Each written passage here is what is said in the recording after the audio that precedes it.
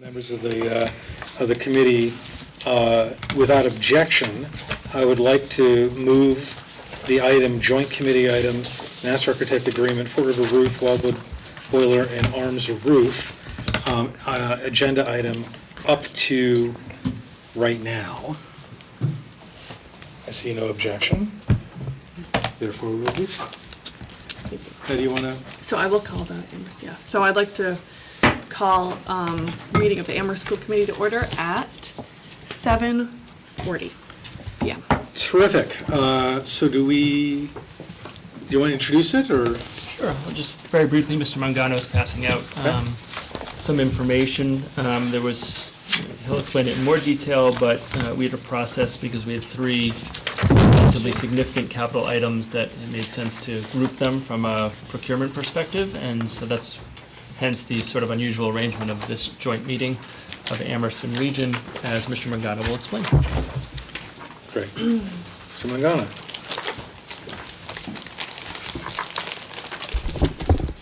Yep. So we did a request for qualifications from architects to do the Wildwood boiler, the Fort River roof, and the middle school roof architectural services for the district. We combined them to really kind of just make it an efficient process, but the way we set up the RFQ was also so we can maintain financial control. There's benchmarks along the way, and at any point we can kind of decide whether to keep going or stop. The reason why we did that is because for projects like Fort River, we're not sure if we're going to get all the way through to actually replacing the roof. We know we're going to do the study, but there's obviously a building committee working right now as well with Fort River. So we've kind of set up so we can just see what the roof needs and then decide at the end whether we're actually going to go ahead and replace it. So we had 6 firms actually submit applications. And what we do is we have a criteria sheet and we rank their applications according to those criteria. I can tell you what those criteria are.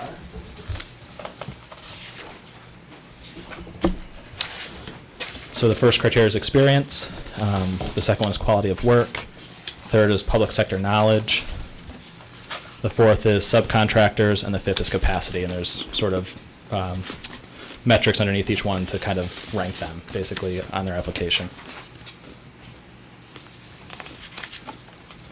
So of the 6 applications we received, we ranked them and we got to 3, and that's in front of you on that worksheet. So the highest ranked was Gale Associates, next was Ty and Bond, and the third was Russo Bar. And we called references on Gale Associates, and they all came back really strong. So our recommendation is to award the contract to Gale. And I'm happy to answer any questions on the process or the projects, what we anticipate the scope of the projects to look like. Peter? There's a comment at the end that we've done work with them in the past.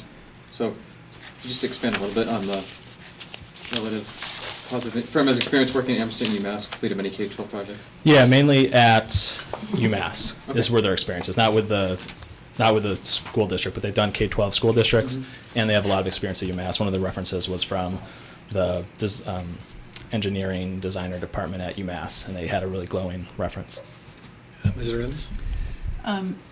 So I was wondering, these are 3 different projects over 3 years, and I'm wondering if you could remind us what the estimated cost is for each? Yep. Good question. So the maximum contract would be for $170,000, and it's split among the 3 projects, again with milestones and sort of how much we would pay at certain phases of the project. So the Wildwood boiler, which is the one that we anticipate to happen the soonest, is $25,000.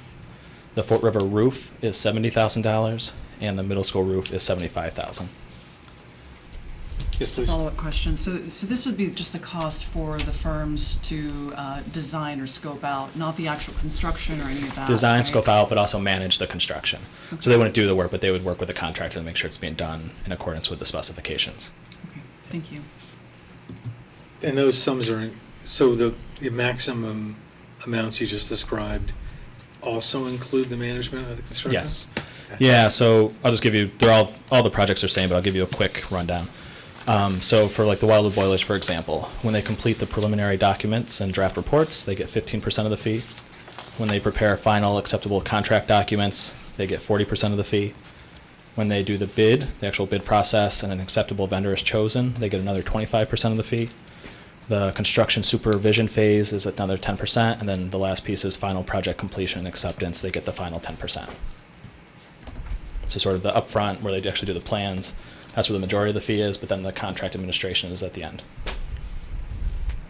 So I know we're in the process of seeking a facilities director. Mhm. Is it the assumption that the facilities director would be the reviewing party for the deliverables?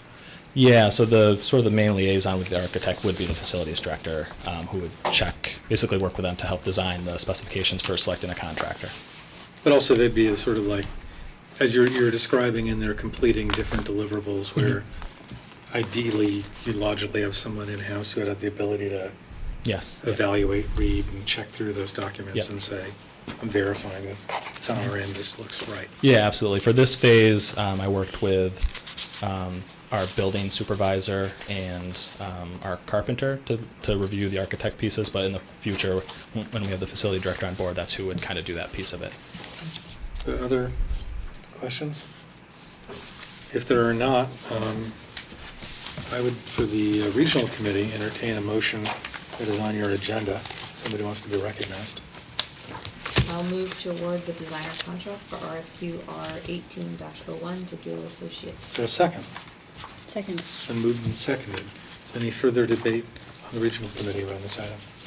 Yes? Should I mention this too? I did give you some information in the one I handed you out tonight. It just has the letter from Gail's application, and it also has sort of the key people on the project team, Yeah. as well as their resumes, just so you have that. Great. Any further discussion? Seeing none, all those in favor of the motion as read signify by raising your hand. Aye. It carries unanimously. And I will take a motion for the Amherst School Committee. Move to award the designer contract for RFQ R1801 to Gale Associates Incorporated. Do I have a second? Second? Any further discussion? Yep. Just one other clarifying question about Fort River, and I think somebody had raised a question previously. We have a feasibility study that is about to be undertaken for Fort River. Do we know what the timeline would be for the Fort River roof to be sort of repaired? Right. I guess what I'm actually trying to ask is whether or not this project will somehow interfere or, end up crossing with the feasibility study. Right, no, it's a good question. So when we did the walkthrough with the architects, I was very clear with them that Fort River had the most uncertainty whether we would actually get to that project and how far through the process we would get. We're going to start with the boiler, and then we'll kind of reevaluate based on where the feasibility study is, and also the needs of the middle school, what project to start next. But we're going to kind of monitor that very closely as we're going through the first part of the Fort River architectural work. So that when we get down to that first milestone, do we continue? And it'll probably involve checking in with the feasibility, the building committee about what the plans are and the likelihood that the building's replaced in the next 5 to 10 years. Just to add briefly to what Mr. Mangano said, when this came up, even when it was an article at town meeting, we see this, at least the first phase of the roof, is complementary to the feasibility process, as the feasibility process is laid out, looking at renovation, looking at replacement as both real options. One thing we'd need to do on that front is look at the condition of the roof. And so the first part of the design work would be that assessment that you really need to have done as part of the feasibility anyway. So I think there is going to be some connection to those two. I know there will be a connection to those two, but I appreciate Mr. Mangano's kind of awareness of how these two potentially would intersect and making sure people know up front about that. Great, that's what I was looking for. Point of order. I apologize. I am in tunnel vision, and I kept continuing to facilitate, and you're actually chairing this. So I'm totally sorry. Were you filling in people? I don't know. No, because we're in an Amherst, No, I know, I know. we're I now doing should an have- Amherst motion. I'm so sorry. No offense taken. Can I add one more little thing? Yes, absolutely. We also are, just so everyone knows and the public knows, we are weighing the feasibility of solar on both roofs. That's sort of part of the scope, is to not design it, but give us sort of the cost estimates and whether the roof could structurally hold solar. At the middle school, there's actually students that are really interested in the possibility of having solar panels on the middle school roof. So there may be like a working group that sort of works alongside the architect around solar panels on the roof. Thank you. Any further discussion from Amherst? Okay, all those in favor? Okay, it's unanimous. Thank you. So I believe I'm now gonna take a motion to adjourn. Amherst School Committee. Move to adjourn the Amherst School Committee. Second. All those, discussion, all those in favor? Great, thanks. Elvira, did you vote to adjourn? I did. Great, thanks. Oh. Do you want to adjourn? Well, thank you. Okay, so we will now move back to the next item on our agenda as originally published, which is announcements and public comment. Are there any public comments? There are none. Are there any announcements from the committee? Yes. Just want to let people know that Mr. Dudley and I are going to be ducking out in about 10 minutes to go to the warrant review for Amherst, but we will come back if we can. Thank you. Okay. Somebody Gage, you'd say? Yes, how do we know if we will still be here? When does your warrant? Well, this is goes till 9:30, so if we're out before 9:30, I'm guessing you're going to still be here. I'm trying to be ambitious, hinting to the chair. You can text me if you'd like. Feel free to filibuster. I like the spirit of the exercise, right? Work well done and expeditiously, but well done. One comment, we did have a superintendent evaluation subcommittee meeting. Yeah. So I realize it's not specifically listed in the subcommittee updates, but will we be able to add that? You'd be honored. Okay. So what's next? Oh, next. Wait, can I have an announcement? You have an announcement, okay. So the annual meeting for Amherst Media is actually tomorrow night, starting at 6:30, where there's going to be different things happening, but the Jean Haggerty Award is being presented to the Rotary Club of Amherst. So that's happening tomorrow night, and if there's still time for the trivia bee, I'd be happy to join. And be a Scrabble. Scrabble tile. Costumes are good. Tile. They're in the bag. Can we take a Oh, okay. Try 'em on. Okay, cool. Yeah, Yeah. Sorry, bye, Dorothy. I know that's exciting. I just, we're starting to Very devolve a important. little bit. Okay, subcommittee updates. I don't think we have anything for audit subcommittee. Budget subcommittee, we're still scheduled to meet next on November 14th. Contract negotiating team? Yeah, sure. We met Monday afternoon from 4 to around 8 o'clock, and we're scheduled to meet again next week. 30th. And we are moving along according to our schedule. So we've agreed on some ground rules already, and so it's been good. You know, it's funny, I thought this was alphabetical, but I'm realizing it isn't. It just gives you the full impression of being alphabetical initially. So I'm not going to take the superintendent evaluation subcommittee out of alphabetical order because you're here, and you've done homework and brought it. So why not? Debbie provided a printout this is sort of what we talked about last night. So the first one with some reference links, those are some materials that we use, as well as some notes that committee members had from the Dorothy Presser retreat. And so we tried to outline what the process would look like, and we focused on what it would look like in the ideal scenario first, and then we're gonna make some adjustments based on where we are in the time and that we don't yet have a contract with our superintendent, which needs to happen first. So what, in the ideal situation, we would have a strategic plan, which we are also undertaking, and that would sort of show the 3 to 5 year plan for the district, and some of the superintendent's goals would be, those sort of broken down steps to get us on our strategic plan. And then there's the professional and student learning data. We have the 360 evaluation data from last year. And then whatever student learning data we have that Dr. Morris will use to generate his professional practice and student learning goals for the district. The goals would be proposed to the school committee, including strategies, timelines, and benchmarks for progress, so we kind of understand what the desired outcome is of that goal. We would approve the goals, and that includes us understanding, identifying what a good outcome is, at least in concept, so that we're clear. We would vote to approve the goals, and then the superintendent evaluation subcommittee would work with the superintendent to identify the standards, indicators, and elements that apply to each goal, and generate the evaluation tool. And then we would do the evaluation, both the mid-year check-in and then the end-of-the-year formal evaluation. So that's sort of the process steps, and then the last page is just sort of the timeline for each one of those 4 major steps. And the first one, setting goals, we sort of talked about in an ideal situation, that would be somewhere in the September timeframe, so that we would start the school year with a clear direction. It's not where we are here.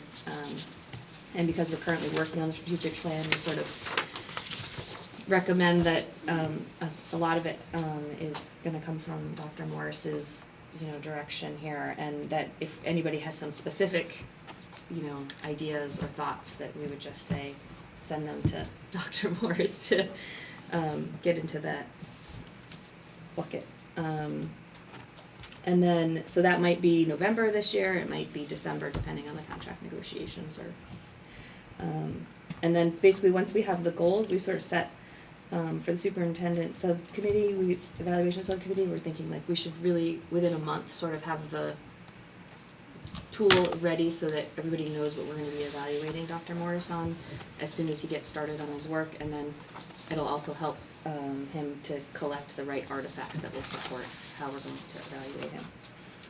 Mid-cycle review would be January, February. We may shift that depending on when we get goals approved. And then end of the year evaluation, we would target for June. Okay.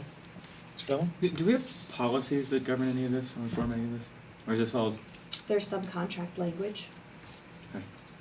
Mr. Dillon? So I just wanted to, we had a marker at the end of last year for us to set so I don't know whether this subcommittee or policy subcommittee to set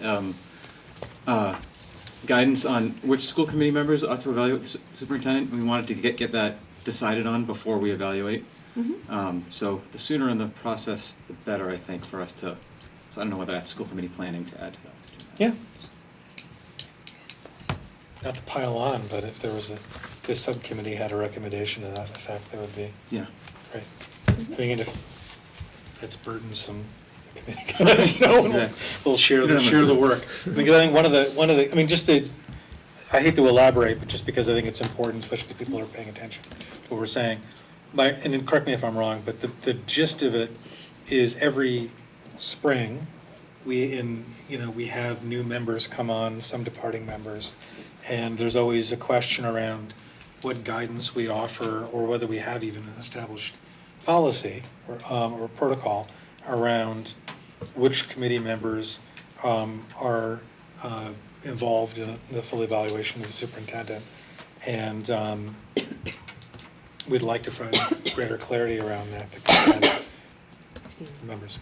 So, which means, part of the point I'm saying, bringing that up, is that one of the first things I would do is look outside of ourselves and try to find other districts that are doing things on a similar cycle, and see if there are models that the MESC or even the Superintendent's Association might know about, where they could say, look, here's how places handle this, which might be useful.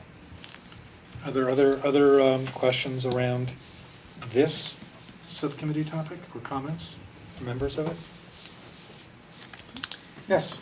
Just a thank you to the evaluation subcommittee for doing this work. Great. So can I just comment on Yeah, that? of So I think what we are sort of looking for, we wanted to put this before the committee for a first time, and then we're thinking that at the next meeting, you will have already seen sort of this process. Isn't that what we were saying? And then we would ask the committee to vote on the process? I'm just trying to make sure we know where we are, and the committee knows where we're at in this process. Yeah. I'm like, can you? Yeah. I think we were Sorry, thinking Matt. that this is just a subcommittee update, Okay. right? And so maybe we would put this topic on the agenda for next meeting for us to discuss it. Discuss, But you yeah. will have at least seen our update, know what we're talking, we're thinking, and then, But I like the direction you're going in. I mean, I think if there's something where there's some sort of written format or statement that we then vote on, that's a great thing to do. Okay. And I think, and if it could answer Mr. Demling's question at the same time, that's even, however more burdensome, that's even like more awesome. kind of forgot about To use that a issue, actually. colloquial expression. So I'm glad you brought it up. Data Trend Subcommittee hasn't met. Policy Subcommittee has met? We did meet. Did meet. Okay. Sure, I can. We are, in general, we're continuing the process that they were working with last year, and I don't know, maybe before then, as far as reviewing the old policies that have not been looked at for 20-plus years. But specifically, when the district brought in Gina Pierre from Boston to consult on the bias-based incidents training, she also reviewed the policy and identified a number that we should look at. And so Doreen is going to come to our policy subcommittee in December meeting and help us look at those ones that were flagged. So November 20th. it's December, actually. Okay. It'll be the December meeting, right? I forget the exact date, but yeah, December 20th would be a very popular day. it's not. It's not that. Is it the 20th? I think it's the 18th. I think you're right. Okay. It's near the holidays. Slightly more popular. Sorry, Mr. Just a quick question for the policy subcommittee. Can you please remind us of what the pipeline actually is? Like, because I had a back and forth with Ms. Westmoreland about this. There's a policy that I was hoping that the policy subcommittee could look at, but I'm sure that this comes up all the time, like it's not just me. So what is it, like, what kind of protocol should we be following for this? Well, Phoebe, go ahead if you want. 'Cause Oh, sure. I've So we only now been have a to one chair, meeting. which is Yeah. Ms. Marriott is the chair. So we didn't have a chair prior to this, so I apologize. It's been a long time that we haven't had a chair. But you can forward those questions, concerns, thoughts to the chair, and the chair will bring them to the policy subcommittee. Is that? This one? Oh, sorry. Yeah. As a member and the person who connected with you about that policy, that's the one we talked about that we agreed is actually should be an Amherst and Pelham policy versus a regional policy. And since we're a regional policy subcommittee, we thought it might make more sense for it to be brought to those meetings individually. Yeah, I forgot about that. That's the work we actually did at the last meeting. Right, we looked at that, and then, right, we're shipping it to those two committees. So the With our circuit gets thoughts. more complicated. So for the future, the protocol is to go through the chair. That works for me, Okay, yeah. thank you. I mean, I would argue that if it's something that might be of general interest to the committee to know about, that this point in the agenda isn't a bad time. You know what I mean, depending on what the issue is and whether Oh, you are you want to asking me get- to say what? Only if you want to. I'm happy I to. mean, it so- doesn't have to be like this. I mean, I hate to put it this way, but like, it would be kind of a little secret squirrel if basically it goes off to the committee and then somehow Yeah, no, it comes I just- back to the committee, the policy committee comes back to the committee. Secret squirrel? Yeah. Morocco mole. I've got this great image in my head. There's nuts and all, yeah, no. Anyway. So I'm sorry, I didn't mean to be secretive, I just didn't want to take up the committee's time with it. So basically, it is, the Union 26 draft policy has been in draft form for some time now. So even though the Union 26 has existed for a very long time, the actual policy has been in draft form for a very long time. So I had asked Ms. Westmoreland sort of how we could get it in front of the policy subcommittee, assuming that that was the right place for that, that policy, but this is why they're saying now that it should actually be rerouted to the Amherst and Pelham school committees to deal with. Although we did look at the draft, and we made some tweaks, some suggestions, but then thought, it's really probably, those two committees should be the ones voting it, so. Okay, That thank you. makes sense. Yep. School equity task force. So we meet the first Wednesday of the month, from 6 to 8. And so the next meeting would be November 1st. And that one is going to start at 6:30 p.m. We're looking forward to doing a joint SETF and regional school committee meeting. And we're looking to get confirmation about that date, November 14th. To see if that's okay. All heads have nodded yes to that. Great, and that would start at 5:30, about an hour before the regular regional school committee meeting. 5:45 maybe? 5:45? We're Because trying to- there's another meeting, Yeah, we're trying subcommittee. to back up another meeting. Okay, It's possible. okay. Cool. So, but that's confirmed, by the way. I wasn't trying to be Great, cute about great. this. Clever about this. So just a quick point on that, because I think the last joint meeting, it was unclear about whether or not the regional committee was expected to be there. And so I'm just wondering if we could clarify, like if this is something that is an expectation for the regional committee to be there, would be nice to have. I'm expecting when we say it's a joint meeting that it's a requirement unless something, of course, happens, which is the usual, protocol. And I'm looking to the chair to clarify. Yeah, I know you're right, so I was looking right. Yeah, no, I mean, I think there's sort of two things. I mean, one, I do think if we're going to have a couple meetings, probably a year that we're doing as joint meetings, I think it would be great for committee members to attend unless there's, lots of things can happen around work and everything else intervenes. I think the primary initial reason for wanting to announce it as a joint meeting was a concern that we would trip quorum anyways, and then it's problematic to then meet. But I think it would be ideal for members to attend. And the conversation was a very good conversation last time, and I think there was a lot of information shared by both the committee, the subcommittee, and also by district personnel leadership. So I thought it was really valuable. Thank you. You're welcome. And Ms. Dominic Cage, the collaborative representative. No new updates. Okay. I think a recreation working group, cool. Oh, cool.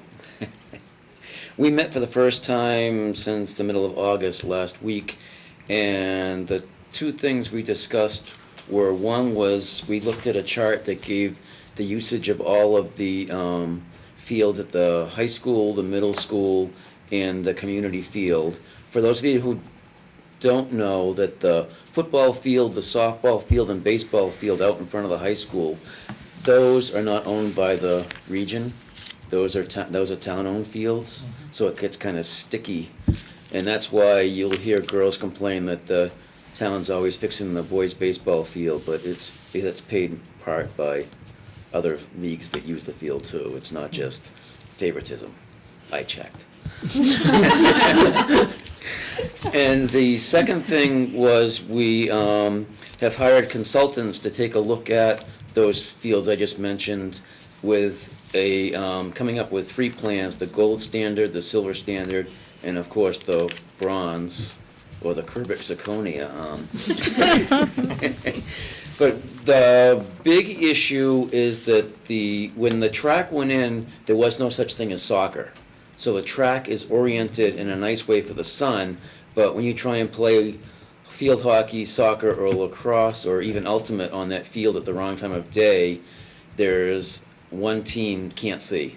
So one of the things I believe that will happen in all 3 plans will be somehow to turn the track, and whether it becomes turf or grass or some other thing, we're not sure, but that's where it's headed now. We've hired the consultant, and they're gonna look at those, come back with 3 plans. And Is that a major expenditure to turn the track? well, the track itself is in a state of, it's beyond repairable. It has to be replaced anyway. And I don't even know if they were to have, I don't even know if they can get it certified this year for track meets. Right. Because it's so bad. That was raised last year. Yeah. Issue. Thank you. But one of the really cool things is when they're looking at it, they're just looking at it like, actually, I'll read the project description. That'll help everybody out. The town of Amherst, through the Downtown Recreation Working Group, is seeking quotes from qualified firms with significant experience in park programming and design, athletic facility planning, and overall design of playgrounds to complete an athletic facility strategic plan for the playing fields in the town center at the Amherst Regional High School and Middle School, Wildwood Elementary School, Community Field, Hawthorne Field, Child Care Center property, and the DPW building. The plan shall identify current space needs and develop concept plans and cost estimates for at least 3 designs for the geographic area. The only element that must remain in place in all 3 concepts is War Memorial Pool. The pool house can be changed in one or all of these concepts. So it really is, it's looking at this That is entire area, and one of the cool, when we did a walkthrough last summer, we talked about, maybe even where the buses can, or the exit that runs past the track, that could just be taken out and moved, or, so, I mean, everything is on the table. It's a massive scope of work. And by the way, a great source of amusement for me, just because there are things that, there are features in the landscape that are in fact artificial, man-made, like sports fields, that over time, and sadly for me, I go back now decades in this town, where, you're so used to seeing it a certain way, and so it's just a source of amusement to me to imagine, that it could be configured radically differently, and then of course, once that happens, a whole generation of kids are gonna grow up multiple, thinking that that was the natural way it should be, and, somebody's grandpa will be like, no, it used to be oriented this way, and they'll be like, Grandpa, you're strange. Anyways, that's interesting. It's very interesting. Any questions?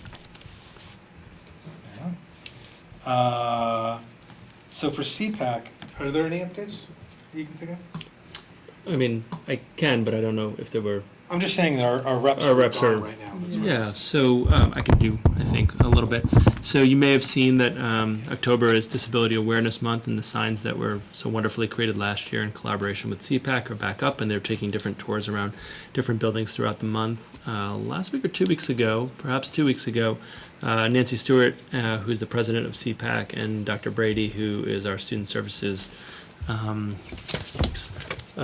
director, they came on kind of episode, thanks to Amherst Media. They continue to work with us so wonderfully. Went into ARPS, and so we're hoping to have it aired this month, given it's Disability Awareness Month. We'll see about their capacity to do that, but it was really an attempt to get the message out about the great work CPAC does and to invite more membership of both parents, but also the larger community.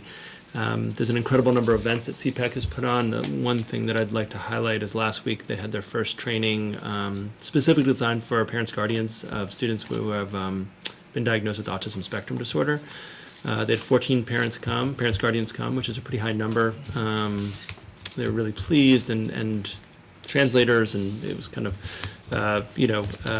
childcare was provided, and the feedback was incredibly helpful that, raising a child with autism spectrum disorder is a challenge, and how to promote parent education is one of the core missions of CPAC, and one of certainly something we care an awful lot about, and it's the first in a series, and the feedback was, I'm going to get more people to come. Like, this person would be great. They would benefit from this. So I really want to thank CPAC for partnering with us and really taking the parent-guardian education aspect incredibly seriously. And, I just want to plug, and in some ways, is not that, like, we think of CPAC as like this huge swath of people, because we do have a lot of parents, guardians in our district, like 20%, who have students with special needs, but the people who are really organizing is a relatively small, incredibly dedicated group putting this on. So if anyone's out there watching this and saying, oh, I'd love to help in whatever way that made sense, I know that they would really appreciate that connection and support. But the number of parent events they put on is rather dizzying, and we're greatly appreciative of their work. Any questions? This explains the 15 lawn signs on the Pelham Yep. school property. It does. Yeah, and just briefly, maybe I'll just say the reason that we made the decision along with CPAC to do that again was the strong level of feedback we received, particularly from students last year, and not that younger students wouldn't feel it, but particularly from middle school, high school students that felt like just even the sign that said 1 in 5 students has a disability. How we heard from high school students, like, I had no idea. I thought I was the only one, or one of very few students. And then also highlighting some kind of people in our kind of the public knowledge and public lexicon, and just surprising facts about them, like Albert Einstein and others. Really shifted that dynamic, and the feedback we've received from students was so strong that we wanted to continue that. And as Nancy Stewart said, if there are more ideas of how to celebrate and honor that month in the future, she's very open to ideas, but this one's been highly successful. So, Mr. Gage? I know Nancy Stewart is probably watching now. She watches the meetings at home. But it's hot, it's there, folks are all volunteer, members of our community, and, I think that's one place that can use, a lot more help from parents, definitely. yeah, and I think just parents and community members as well. I mean, I know sometimes, we do have lots of, it's to add, it's not it's a button, it's an and to Mr. Dominique Cage's comment, is, you might have heard me a couple of times recently talk about community members, and that's because we're so fortunate to live and work in these 4 towns where we do have lots of community members who may be retired, may have some time and ability to volunteer, and this is just another way if someone has feels really passionate or feels connected or is just curious about what they can do, and there's oftentimes it's only people within the school community who join, and I feel really fortunate that we often have people building project at the elementary level, being another example where just community members who feel really strongly that they want to improve the educational experience for students. So I really thank everybody. Thank you, Mr. Cage, for that comment as well. That's right. So for the Regional Assessment Working Group, other than to say it's been meeting and has been highly productive, I'm going to defer any other comment because it's actually an item on our agenda. And then Amherst Media Liaison. Yeah, I actually made the announcement earlier, but can I was listening, I just can I use this didn't get a chance. opportunity to plug in a different event that's Sure. not part of our school committee? So it's the Roger Wallace Teaching and Excellence Award luncheon supper. It's going to be on Sunday this weekend, and it starts at 5 o'clock. And there's still tickets left, so I have a few here. They're $25. But where the committee chose, the foundation has selected an educator out of Fort River, Mr. Lott, Stephen R. Lott, who's this year's recipient. So anybody interested can contact Carly Tartikoff, who's this year's dinner chair. And I have some tickets here, in case anybody wants it. Great. Interim superintendent's updates. By the way, I should say. Oh, you know what? Yeah. It was a matter of signing a contract, but I think it's a. I think it just promotes the forward thinking of having agendas done well ahead of time. And this was right, so. And a lack of presumption on the part of the committee. That's right. That's what Interim superintendent. Absolutely. Yeah, anyway. So did everyone have a copy? They were in the front. I don't know if people grabbed them on Yes. the way in. Okay. So I'll go through these briefly. So today, I'll just say I was at a very exciting conference. It was put on by a very fancy Department of Justice logo is the United States Attorney's Office for the District of Massachusetts, the Civil Rights Unit. So Dr. Bodie, who's the middle school principal, and Mr. Slovin, who is the Southeast Campus principal, and I were able to attend. They had representatives from major civil rights groups such as Southern Poverty Law Center, Anti-Defamation League, Boston Children's Hospital talking about bullying, major group, it's really interesting and highly relevant parent advocacy group around transgender student rights and the emerging legal and non-legal aspects of that one, which was particularly interesting. All of them were, but that one stood out for me. There's lots of take-homes. I could talk for an awful long time about it, but I think it was really exciting to be in a room with 250 educators, and actually there were some law enforcement who came as well, which was kind of neat. Talking about how to create welcoming schools, prevent hate speech, which is on a massive upswing in K-12 schools, which we heard about in the opening presentation, and also how to prevent it, and then when it happens, the response that supports folks who are victims as well as the whole community. So again, if there's another time I'm happy to address more details about it, but I think I'll probably leave it there for now. Is there how does it trickle down to the school community or or even students, right? How do we bring that home? Yeah. So a couple of things about it. One is, really having multiple principals and bring that up at continuing our administrative meetings about what are our practices. Let me actually take a step back. Because it's a great question. I think it's part of a series of steps we're taking along this realm. So I think I mentioned, and Ms. Marriott mentioned before, that we dedicated a significant amount of time this summer bringing in someone from the Boston Public Schools to help us with bias-based incident reporting. Last Wednesday, we had another person come in talking about kind of bullying, harassment, the differences at the student-to-student level, and what Title IX responsibilities are, and how do we support all students in that way, both legally and also ethically, morally, and in students' best interest. And this conference was another one of these events where we'll then bring back to our administrative team and then bring it down to teachers and students. And really if there was one theme, and there was people from the Sikh American Legal Defense Association, Islamic Society of Greater Worcester, really a broad range of stakeholders, is that if you don't have practices and protocols in place, that I think one of the lines that stood out for me is that silence, right, bystander silence, and bystanders could be students, bystanders can be adults, actually promotes more, it just seems logical, but the way it was presented, which I'm not doing a wonderful job explaining, promotes more episodes of hate speech. And so what are the protocols that can be set up where students feel safe, they know an adult, they can tell an adult if it's not around adults, that adults know how to handle these situations, and that's our ongoing work and ongoing training. Another thing that really stood out was how there was some research that Southern Poverty Center did about the last year, right? So the person who was speaking set up a Google alert every time hate speech in schools comes up in any newspaper article across the country. And she's done this analysis, and she said essentially there's two things that school and district leaders do when there's an incident of hate speech.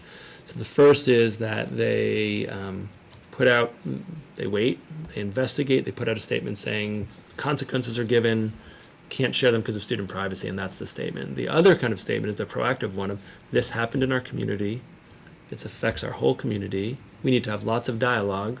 Of course we can't release privacy information, but that's not the thrust of the communication.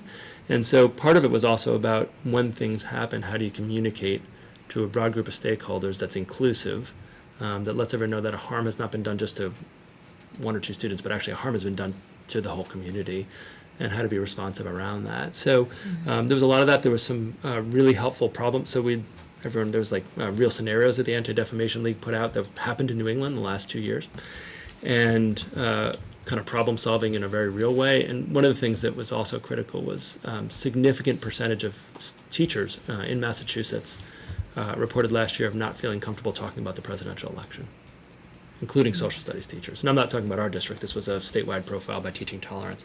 So how do we promote teachers' comfort level of talking about controversial topics given the heightened national dialogue around political connection? So those are the types of things. I know it's a long-winded answer, but the conference isn't in isolation. It's part of a longer series of efforts that we're making to improve the experience of our students primarily, but also our faculty as well. Maybe this would be a welcome, I don't mean literally the conference itself. Right. But the broader topic Mhm. might be a good presentation topic at a future meeting. Love to do it.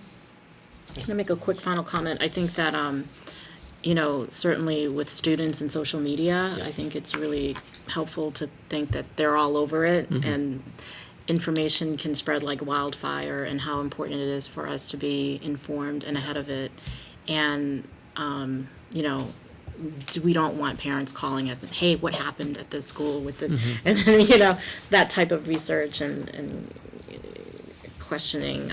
So I'm glad that this is happening in our district. Thank you. Yeah, and just briefly, there was a whole session specifically on social media, both kids and adults, and how the good part of it, the way the presenter said it, which I appreciate, because sometimes we only hear the negative parts, and we all sort of experience the negative, well, I don't know about all, but many of us experience the negative parts of it, was that, you know, it does, one positive is it can bring things to light that perhaps wouldn't have been brought to light without it. The downside is what gets brought to light and how that gets managed, and right. So there was a lot of discussions about that, and particularly on the student end, how it can be used in bullying behavior and that sort of thing. But it was helpful to get a little more balanced perspective on social media and how to stay ahead of it, as exactly you mentioned. Okay. So the second one I spoke about in Amherst, so I'll be very brief unless there's questions at the regional level. It's mostly an Amherst issue, but there are regional students who kind of fall into this. So a couple years ago, the town of Amherst signed a 4-year strategic partnership with UMass to evaluate the cost of students in our districts living in tax-exempt housing on the UMass campus. It doesn't include Pelham, but certainly includes Amherst and the region. The vast majority of these students are in the elementary level, and so that's why I say it's primarily an elementary issue, but there are students at the secondary level who this fits with. So there's been broad concern brought up in places like town meeting, as well as in this body of, we have students who living in tax-free housing, attending our schools. So since it's tax-free, there's no money that's going, so the district is sort of absorbing them. And Just to be clarified more narrowly, Yeah. you're talking about UMass managed and owned properties. yeah, thank you. I mean, just to Yeah. clarify, because we're not talking about, I don't know. No, but- Other tax exempt developed housing or something. Exactly. So there's a relatively, in terms of the scope of the district, small number of students, in the order of magnitude last year of between 50 and 60 between the Amherst schools and the region, who live on UMass campus in tax-free housing, and I think it's a helpful clarifier. I'm not talking about children of students, children of professors who live either in apartments or homes, right? Apartments pay taxes indirectly, and homeowners pay taxes directly.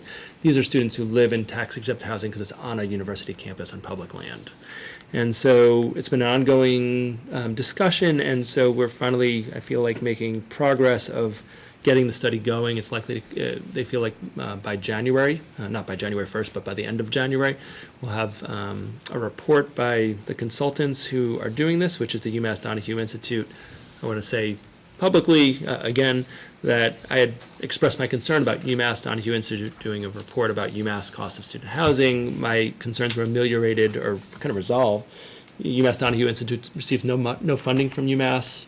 They do more work nationally than they do locally. I've had interactions with them before. They're very high-quality researchers, and I did have a meeting with the town staff, UMass staff, and Mr. Matamedi, who's listed here, and feel very confident about the neutrality of the assessment that'll happen. I also want to clarify that this isn't saying when the report comes that this is the money that UMass is agreeing to pay the Amherst schools in the region.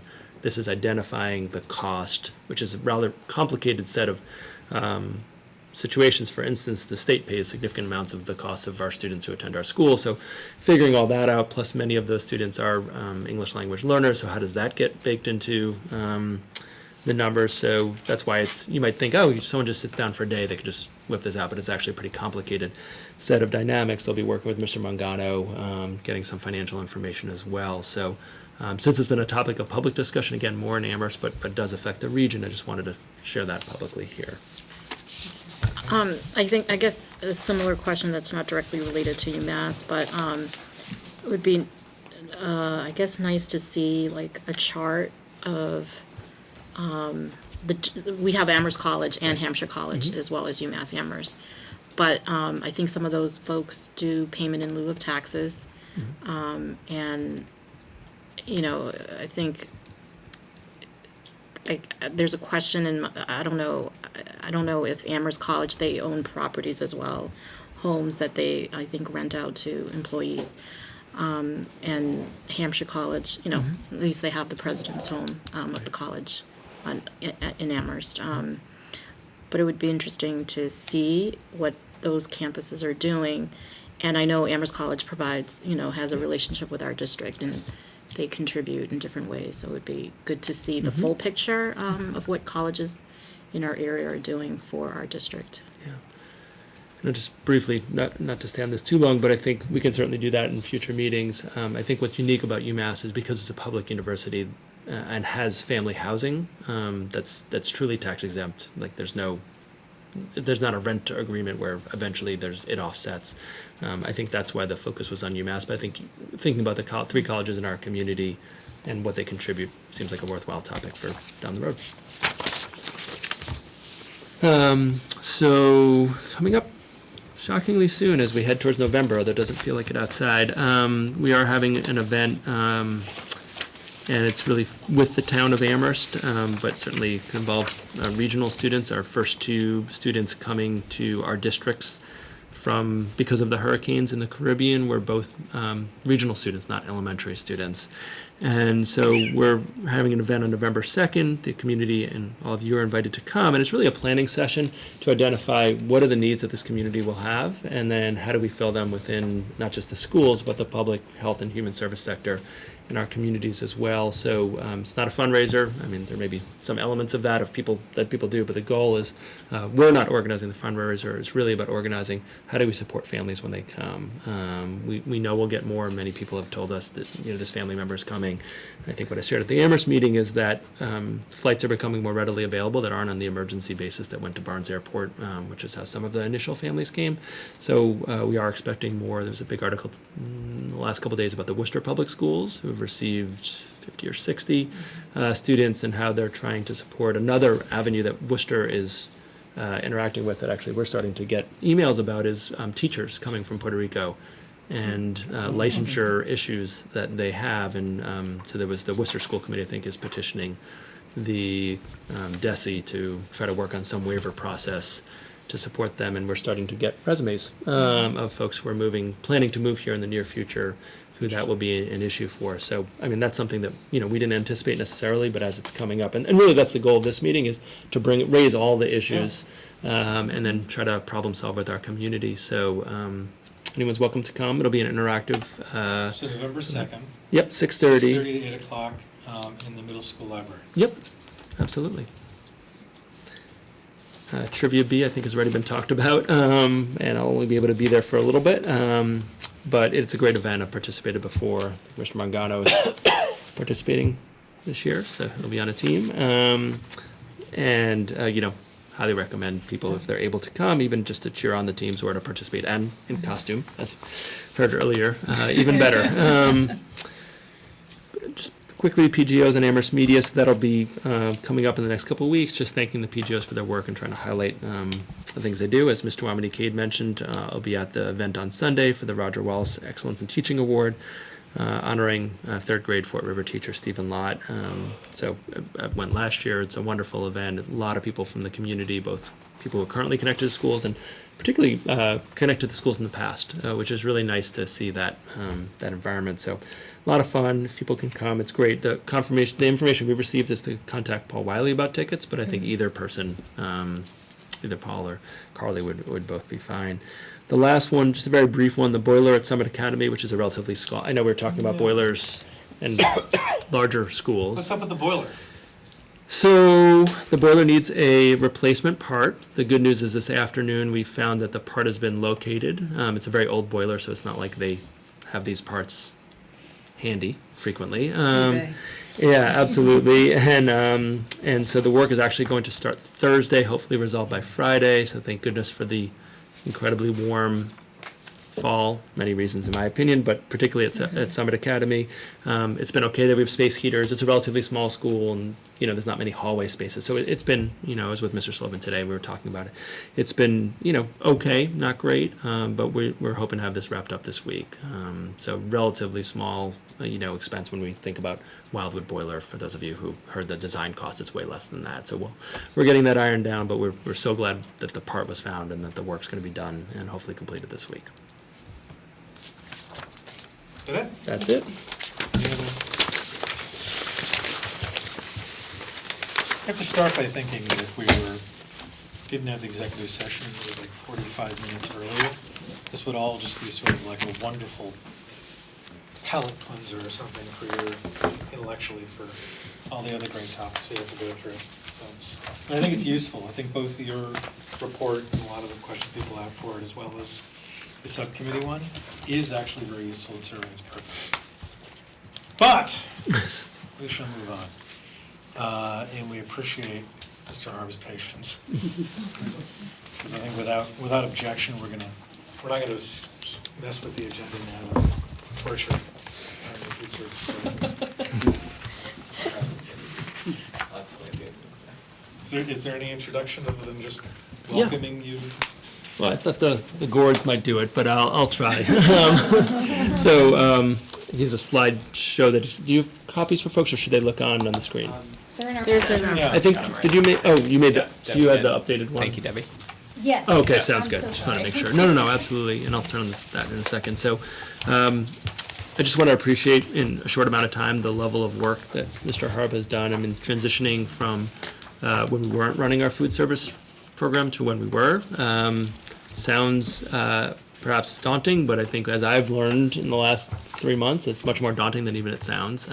Just all the routines, all the protocols, significant amount of staffing that needed to occur. And I'll just say anecdotally, the feedback we receive is incredibly positive from students. I think I shared this one of the more recent update or previous update. Incredibly positive from students and families. And the thing I want to appreciate is that we're continuing to kind of develop our systems and protocols as we're responding to what we're hearing from families and students about the food quality and interests in different types of food. So Yeah. I'll turn over to Mr. Harb, who will Thank you. try to summarize an incredible amount of work that him and his staff have been doing. In 10 minutes or less. Thank you for having me today. So you all have already got a chance to review the slides, so I'm not going to spend a lot of time, reading them. You've already got that chance. I don't have a clicker with me, so I will might- do that job. You got that? Thank you, Mike. So just for the overall agenda for this part. Thank you. We're going to just go over kind of a quick summary of the summer program, which was the month of July. And then we're going to move into kind of what's updated so far this fall, and then go into just opportunities, challenges, and next steps. Right. First one is just what's happened in the last 6 months. It's been a lot of change. Things have actually happened really quick, considering probably last April was when interviews were taking place for food service directors, and I'm really grateful that I got an offer and I accepted to be the director of food service. So that was May, is when I started part-time here. I actually had an opportunity, it was probably almost 8 weeks, where I got to shadow the outgoing food service director, Rebecca Treatley, and learn a lot from her in a really short amount of time. Probably wanted an extra 1 or 2 weeks in there, but it went really good. July 1 was when Whitson's was officially out, and it was my responsibility, our responsibility as a district. So July 1, right around that time, was when the summer food service program started. So we'll be updating between July 1 and now. Summer food service program, we had 3 sites in the past 2 years, and then this year we expanded to 5 sites. So we added Summit Academy and the high school. The other change this year is we started serving breakfast in the summer, and between those 2 changes, we actually increased our meals by 90%. So we went from 3,400 meals up to 6,500 meals this year. Pretty big shift, and that helped a lot with the budget too, so that was really positive. We did some special events. We had a local smoothie bike event, and we received a lot of really good feedback about it. There was one picture missing in the next slide, which is a smoothie bike. I didn't get permission yet to use that photo, so that's one thing that's on my to-do list. But we made some really excellent smoothies, and people really liked them. And I was there, and I can attest to Yeah, both kids that- having fun and the smoothies being delightful. So. I'll bring them next time. why do you need permission from? It was a student picture who was on the bike. Oh, so I see, that's I why. see. Yeah, good question.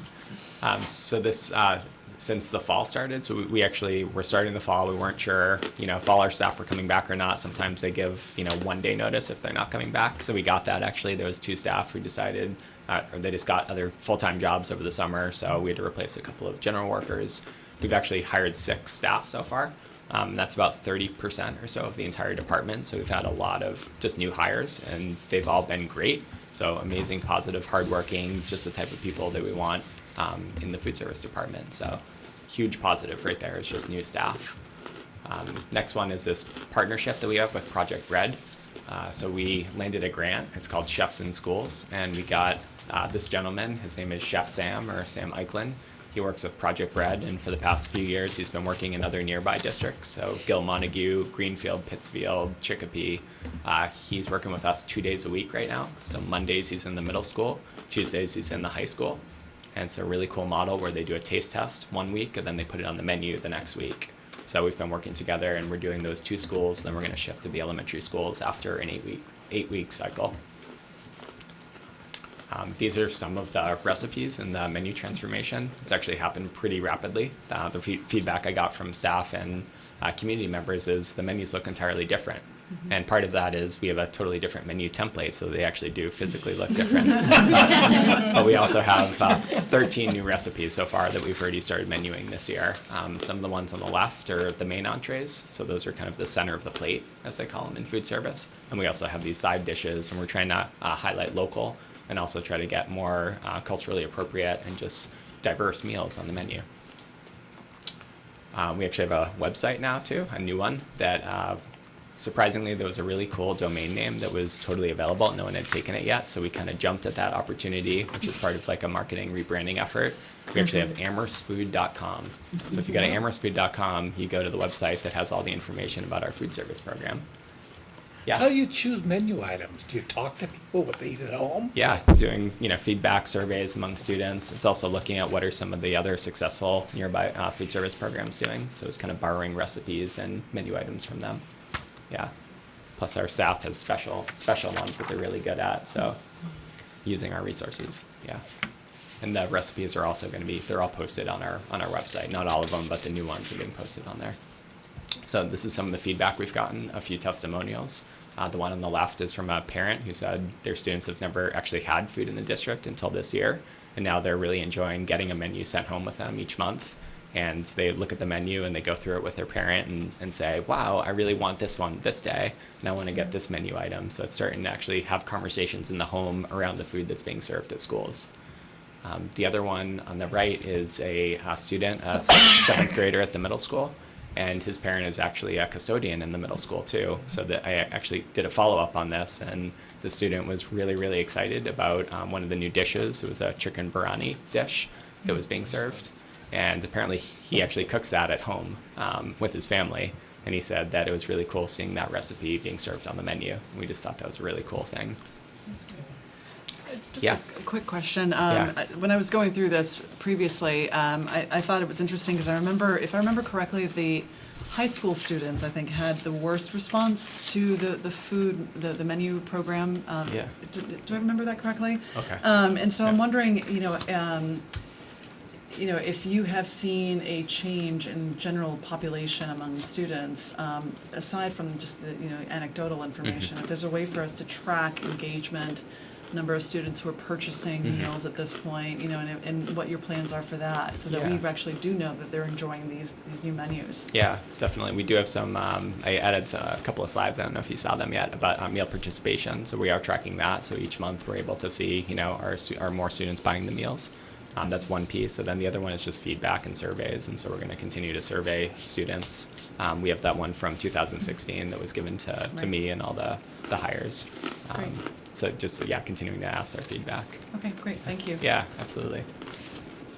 This is another piece, it's like a challenge, but it's one of those opportunities too. So when you transition from a management company and all the resources that a multi-million-dollar company has, one of them is a nutritional database. So you can go in there, you can go online, you can see whatever item it is, and they use a lot of these same recipes at hundreds of schools across the country. We have to develop our own brand new from scratch nutritional database with all of our own recipes in that. So we actually have a nutrient analyst and a UMass intern who've been working with us, literally programming 500 ingredients by hand, little by little each week, so to develop that so that any parent, anyone in the district can go see a certain menu item, see what allergens, see what the calories, the fat, the sugar are in that. So that's a big project, but we're working on that right now. Okay. Yeah. So is that going to be available when the website is up, amherstfood.com? The website's up, but it's okay. not available yet, the database, but Okay. we're working on that. It's a high priority, so it'll be by the end of the year. It'll definitely be up, or at least some version of it will be up this year. Yeah. Nice. Yeah. So this is just kind of what it could look like, clicking on a certain menu item, applesauce, and then you can actually rate it on a few of these different websites. Yeah. Do you still have 8 vending machines with Pop-Tarts in them? No, I think there's only one vending machine right now. My daughter was Polar there's seltzer. massive Pop-Tarts Pop-Tarts. available. None of those right now.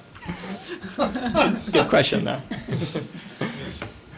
So these are just some of the mail counts. We only have 1 month of data so far that we've submitted. So these are the month of September from last year versus this year. So the left in blue is September 16. The right is 17. Looks, if you look at the chart quick, it looks like we're doing a little bit worse than last year, but it's actually because we had one less day in the month of September. So if we had one more day, it would actually, probably the red would be a little bit higher than the blue. But on average, it actually looks very similar, like almost identical to last year in terms of meal counts. So that's good news, actually, because this year was a total experiment going into it. We're transitioning from a major food company doing it ourselves, and we're not seeing a huge drop off. We're seeing that there's actually a lot of positivity, a lot of qualitative, and then I think the quantitative will follow. So these are just broken down by school. Same thing, the participation rates. So across all 3 districts, we're at about 44 or 45% participation. I'm assuming it's got to build too, right? I mean, there's got to be Yeah. awareness among students and families, and then if there's, particularly for students and families that haven't been participating, they've been, to be blunt, turned off. It could have entered into the fall with sort of an approach to organizing lunches that then has to change, right? Yeah, that's one of the biggest challenges is kind of that perception piece. And I would say it's not just in Amherst, but it's with school food in general, is, people kind of have an idea in it. For maybe decades, it wasn't the best quality food. And then we've come to expect more because food has such an effect, I believe, in just our overall performance every Part of the single reason day. I'm saying that, though, is I just think that even if, it's not going down is good. So if it's roughly flat, that's actually a victory sort of in itself. Yeah. But if, hopefully we'll take a look at this again in February or March or whenever you think's reasonable. Yeah.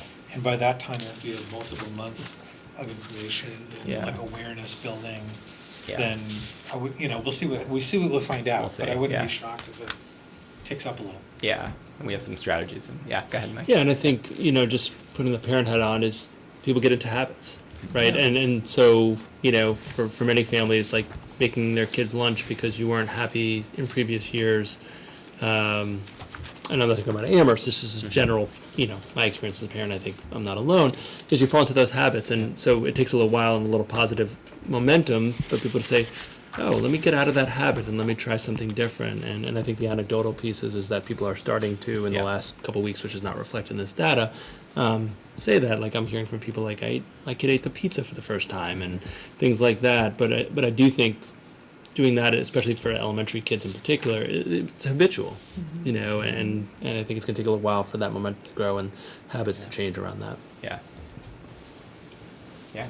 I heard you're gonna see a big bump from one day last week at least in the high school, Really? for the blueberries in the cloud. Blueberries on a cloud. Everybody wanted the whipped cream. I can't even tell you what you served for the meal, but I heard from my 5 dance girls that everyone had to get the blueberries in the cloud. Nice.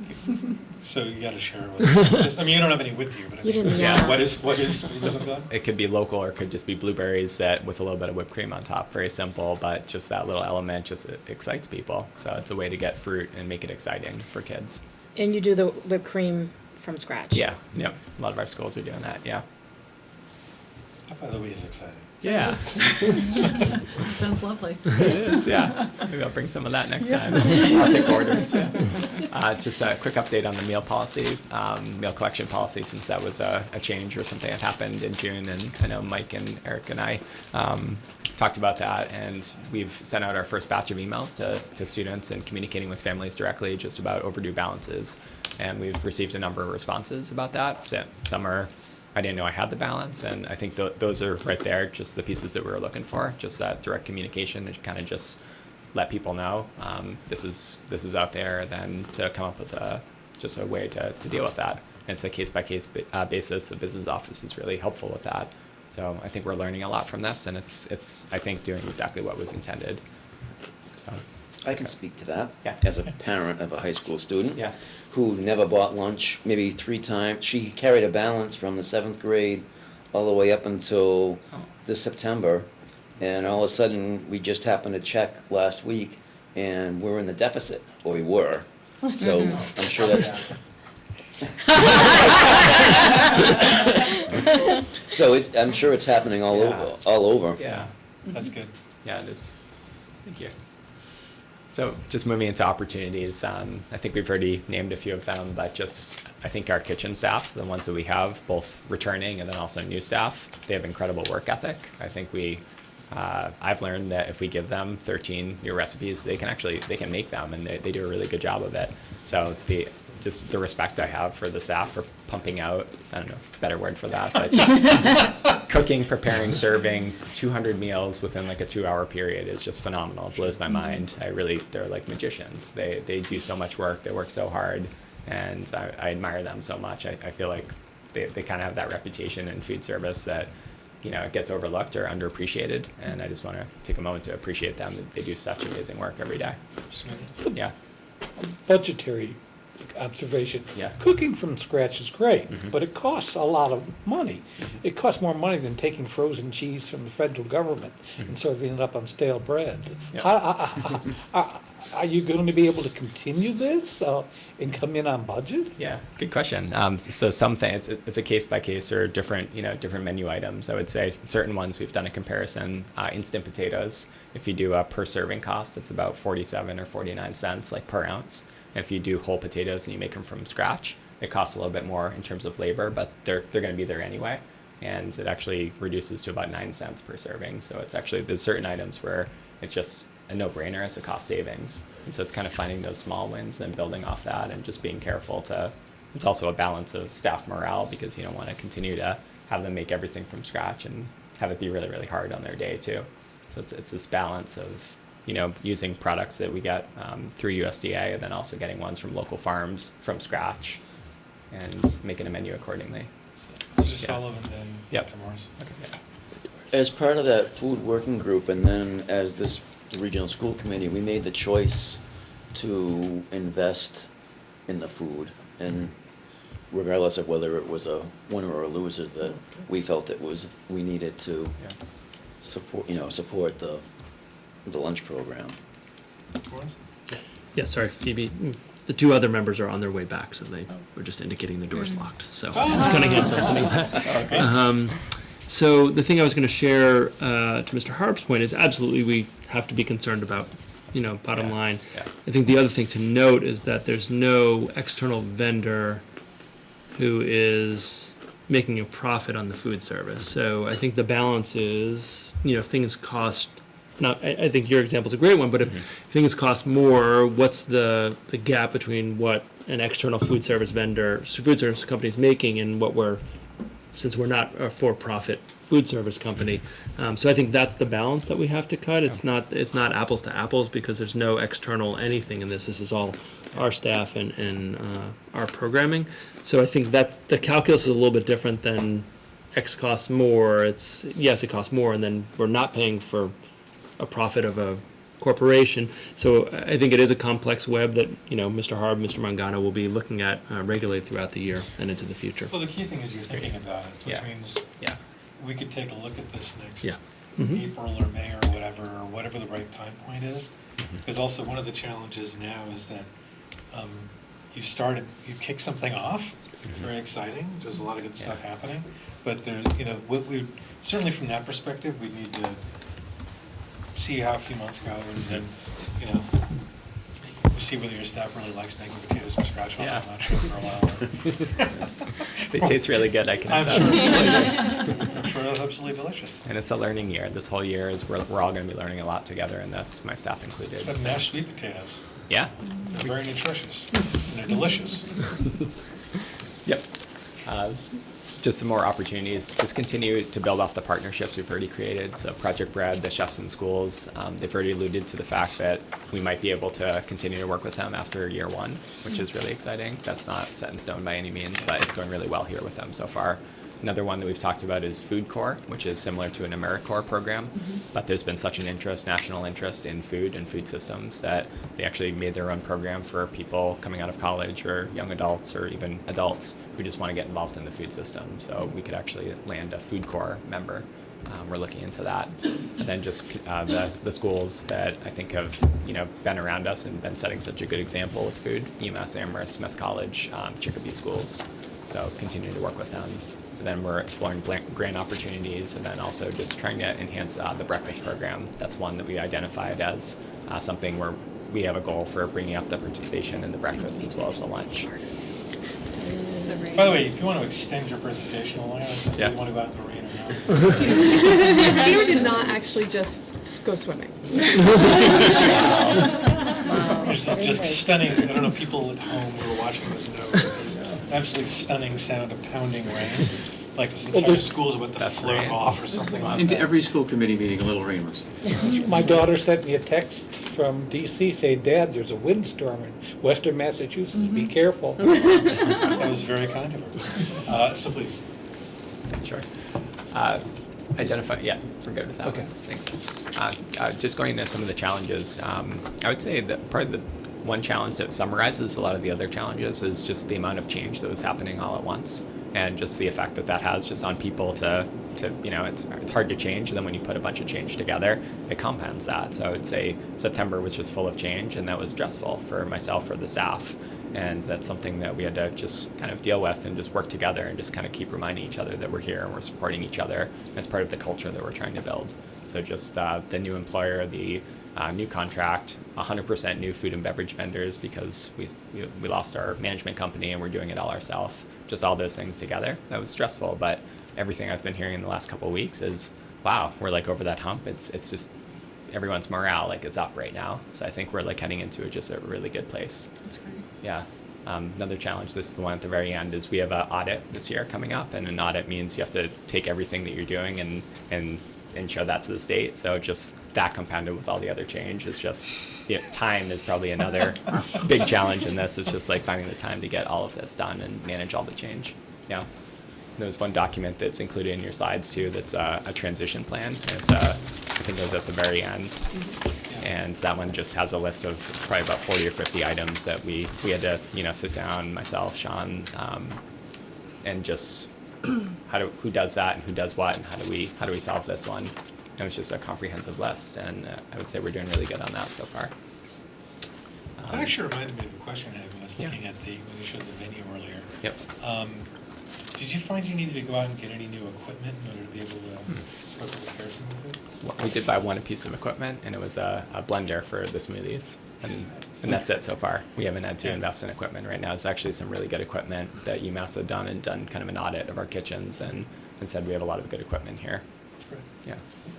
And then one other challenge, because I want to mention this because I'm actually looking for substitutes to build the substitute pool.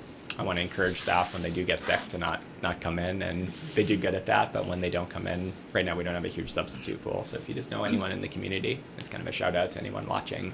If you want to get involved, and you don't need to have food service experience to even be a sub, it's just being a positive contributing member to the team and wanting to be involved in this. Yeah. Just wondering if the substitute pool for the food services program is different from the substitute pool for teachers? If there's no Yeah. food service experience required? Yeah, a teacher could do it, a custodian could do it, Okay. anyone could do that, but it's a different pool. We're not drawing from that yet. But if someone is I believe if someone's a teacher and they want to sub as well, or part-time teacher and want to sub, they could do that for food service. Okay. Yep. Thank you. I believe so. I think that, yeah, we can keep going. Just looking ahead, there's so much we can accomplish here. I feel like we're just scratching the surface, and we're kind of, this year is a transition year, and it's not trying to run in and recreate the wheel completely all at once because we've had so much change already. So it's coming in, we've already, I think, accomplished so much in just managing that change, and now we're getting into this good flow. And now I feel like we're entering the stage of, what's possible. And so that's where I want to hear from the community. I want to, talk to anyone who has interest in this and just hear ideas and talk about what's possible and where do we want to bring this program. So that's really exciting. And I would say I want to point out maybe the vegetables at this point that I brought, because one of the things that we're actually looking to do is continue to have these events that build awareness about the program and all the changes that are happening. So one really successful event that's going to be coming up 2 days from now on Thursday is a local garden vegetable soup. And I would say local, like this is the epitome of local, because the students at all the elementary schools actually grew these right here. So delicata squash, butternut squash, the pumpkin, sweet pumpkin, and then also potatoes, beets, carrots. All those are going into a local garden vegetable soup that's going to be served at all the schools. And even people who don't want to buy the lunch, they just want to try the soup. We actually have these little 4-ounce baby cups that people can have as a little sample and just try the soup and actually try to get the food that the kids grew, and the kids who actually grew harvested every step of the way. Now it's being served in the cafeteria. So this is a collaboration between the district's garden coordinator, Jen Reese, also Leela Tunnel, and a lot of people have been involved in this, parents over the summer maintaining the gardens with their kids. So it's coming full circle. So this is like a really exciting event. Yeah. This is a micro level question. Sure. You said you make butternut squash, soup, you Yeah. do it from scratch. I can't peel a butternut yeah. squash. How do you do that without extra Yeah. equipment? Yeah, good question. So I would say that's one that my staff also would not want to peel, all the butternut squash. We do have a local farmer around here, Joe Zykowski. He processed, I want to say, 2 to 3 million pounds of butternut squash last year because he has an equipment. Okay. It sticks it on it and actually spins it around, and it peels it within about 3 seconds. That's something we don't need to do if farmers and other people around here have that equipment. That's part of like the overall web of the food system and working together. But that's a good point. I don't want to peel butternut squash either. Is he in Hadley? It is in Hadley. Yep. Yep. So, every person that I talk to about the new Flitch program is like, once I describe it to them, is like over the moon about it in terms of how like locally connected and sustainable, and the farming connection. I mean, farming and education, the book and the plow, right? Yeah. It's like main street of our community values. Yeah. And I'm still astounded, even though it feels like we do a lot of outreach, how many people don't know about it. And I feel like it's a huge like promotion, Yeah. marketing opportunity for the school, not just Yeah. in terms of like advertisement, but just as a showcase for what we value and how we connect Yeah. with the community. I don't know if you've had you have a lot on your plate, but just what little thoughts or seeds maybe you have about how to just spread the word or bring other people in to help you do that. Yeah. That statement you just said reminded me of a quote that actually the chancellor at UMass said. It was, "Come for the food, stay for the education." And so it's one of those things where UMass has such a draw in terms of food, and food is a big draw for students going to college now. That could be something too that we think about as school choice comes into play, and students from nearby towns choosing the school, maybe not because of the food, but that could be a factor that the food's just really good. So, that has an The effect. fitness facilities up there too, I think. You're planning on doing, you've done other sort of taste, I can't call them taste tests, but Yeah. like with, sharing little cups of the soup. Yeah. You've been thinking of other ways of doing that too, Yeah. right? Yeah, so we did the Welcome Back event. We gave smoothies out, just free smoothies to people in the community. And then same thing with Chef Sam, just being in the schools throughout the entire year. We get them 2 days a week. So just as a way to sort of bring in people, staff as well as students who don't buy the meals, but can taste something that the cafeteria has produced that day. That's the reason I was bringing it Yeah. up though. It seems like one of the biggest selling points, other than like word of mouth or sitting with a kid and saying like, oh my God, that lunch looks really good or something, or smells good, is just literally putting a piece of good food in their hands for 2 seconds and having them eat it and be like, actually, this kind of rocks. Yeah. Yeah. I'll wait. Thank you. Well, I was just along those lines. I mean, we had talked at one point about possibly the school's catering for local events and doing things like that as an Yeah. opportunity to try to showcase what you're capable of. And I'm Yeah. also wondering, pulling it, I have no idea if this is even true, but if there are any kinds of awards or competitions or things like that you could enter, Again, I think it is very valuable to get both that earned media, to those earned media stories around the food program. And if we're good enough, and we end up getting actually awards, like just that reputation for that would be really helpful. Yeah. Should I comment? Can I comment on that real quick? One of them, the catering, we actually had our first success. We catered a SSO event, Student Services, last month. And we brought in just a really good spread and got a lot of really good feedback on that. So we're, I think, 1 for 1 right now with catering, but there's so much more we can do. Excellent. And that's a thing, I want to develop that going forward. Then your other point was sorry. Awards or Awards, competitions and things. Yeah, I would say grants are if you land a grant, you can publicize that, and those are things that we're actually looking at applying to a couple grants right now that I have listed in one of the slides. So that I'm on the same page with you on that. Yeah. Other? Yeah, sure. Can we go back to the new menu slide again? Are the items? Yeah. Yeah. Here we go. Yeah. So, So one of the things that stood out was the chicken banh mi sandwich, Yeah. which seems pretty easy to do, right? Yeah. Yeah. I think that would be very, so it's like gauging what's popular with students, and is there an opportunity for them to like vote for, There is. you know, the next month or the next 3 months, you know, like a repeat or something. And the other comment I had was around, the community. Like I've heard of other schools having a day or so dedicated to community meals where people can come into the school for like $5. You can get like, you know, a meal. Yeah. To sample sort of what is happening in the schools. Yeah. So, any thoughts about maybe after the audit next year or something? No, I love that. Yeah. I've actually been a part of that in another school where parents actually come in and eat with their kids in the school together, both during the lunch hour, but then other schools do a community event after, and they do a dinner at night. So those are two different models that we could explore, or do both at some point. That So would be that fantastic. It's a really good, I'm sure it's good for many reasons, but also really good promotional. I know it's still early, but has there been any media coverage of this so far? Like, it feels like we're Yeah. getting to the time where we want to have a big, colorful spread. I agree, yeah. If the That- media is watching right now, I'd Yeah. love for you to come on Thursday. So actually, right before I came here, I was putting together just a media advisory, just talking about the whole process that went from getting these vegetables, you know, planted as seeds, grown, harvested, and then cooked into soup on Thursday. So I'm hoping that one is one.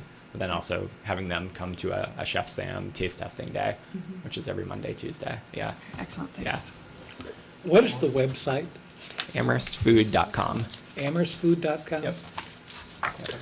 Yeah, just very briefly, I think at some point in the next couple meetings, I'd like to update you. We talked about this a while back. This is connected, but a little bit a broader point around just a communication strategy, and that's not specific to food services. It's at a broader level, but you know, some of the comments which are really helpful kind of definitely weave into that. And you know, when we get to our last agenda point, I think of upcoming meetings, and you know, I've met with chair and communicate with the vice chair about next couple of meetings coming up. I think it'd be worthwhile to think about how to weave that in, because much like the ideas that were generated at this room in food service, we'd like to have that same kind of opportunity at a broader level, so that things like food service can be woven into how we're communicating about the work happening for our students in the districts. Actually, that reminded me of something. Mind if I jump in? I was interviewed by a 5th grader at Wildwood the other day, so there is a local news article in the Wildwood newspaper. Hold on. That's fine. And then we're being their food service director magazine is a food service publication. They're interested in covering districts who are going from a management company to a self-op. So they're doing a 3-interview part series with me over the course of the year. And then anyone else who wants to jump in on that, I think they want to hear from other people too. But they want to cover that and just hear how a transition is going, in hopes that maybe it inspires other districts to do what we're doing. Yeah. Great. Thank you. Thanks. Thank you so much All right, for thank you. taking time and hanging out and putting up with how long the meeting is. Oh, yeah. It sounds like great work, and Thank you. forgive us for the fact that the committee's so excited about this that we're going to want to have you back. I'm happy to come back. Yeah. Great, wonderful. Thank you. With That's still to samples, come. right? Yeah, with samples. That's just right there, just, you know. This is the Little- free. little work We'll get a required. picture of the Yeah, I know. host soup here. Mr. Mangano. Dude. Are you feeling good? You feeling upbeat? You got energy? Who's ready for regional assessment methods? Think that's what we're doing. Oh, I'm sorry, I apologize, I didn't realize. Yes, next is Regional Method Working Group. And I have, Mr. Mangano, if I'm correct, our plan, never mind, I'll let you go. We're gonna do this over a couple meetings, right? Yeah. Yeah, while you're getting it up, maybe I'll just, if you don't mind. So today, the goal of today is just to orient the work that's happening in the group. And we'll come back, probably not the next meeting, but 2 meetings from now.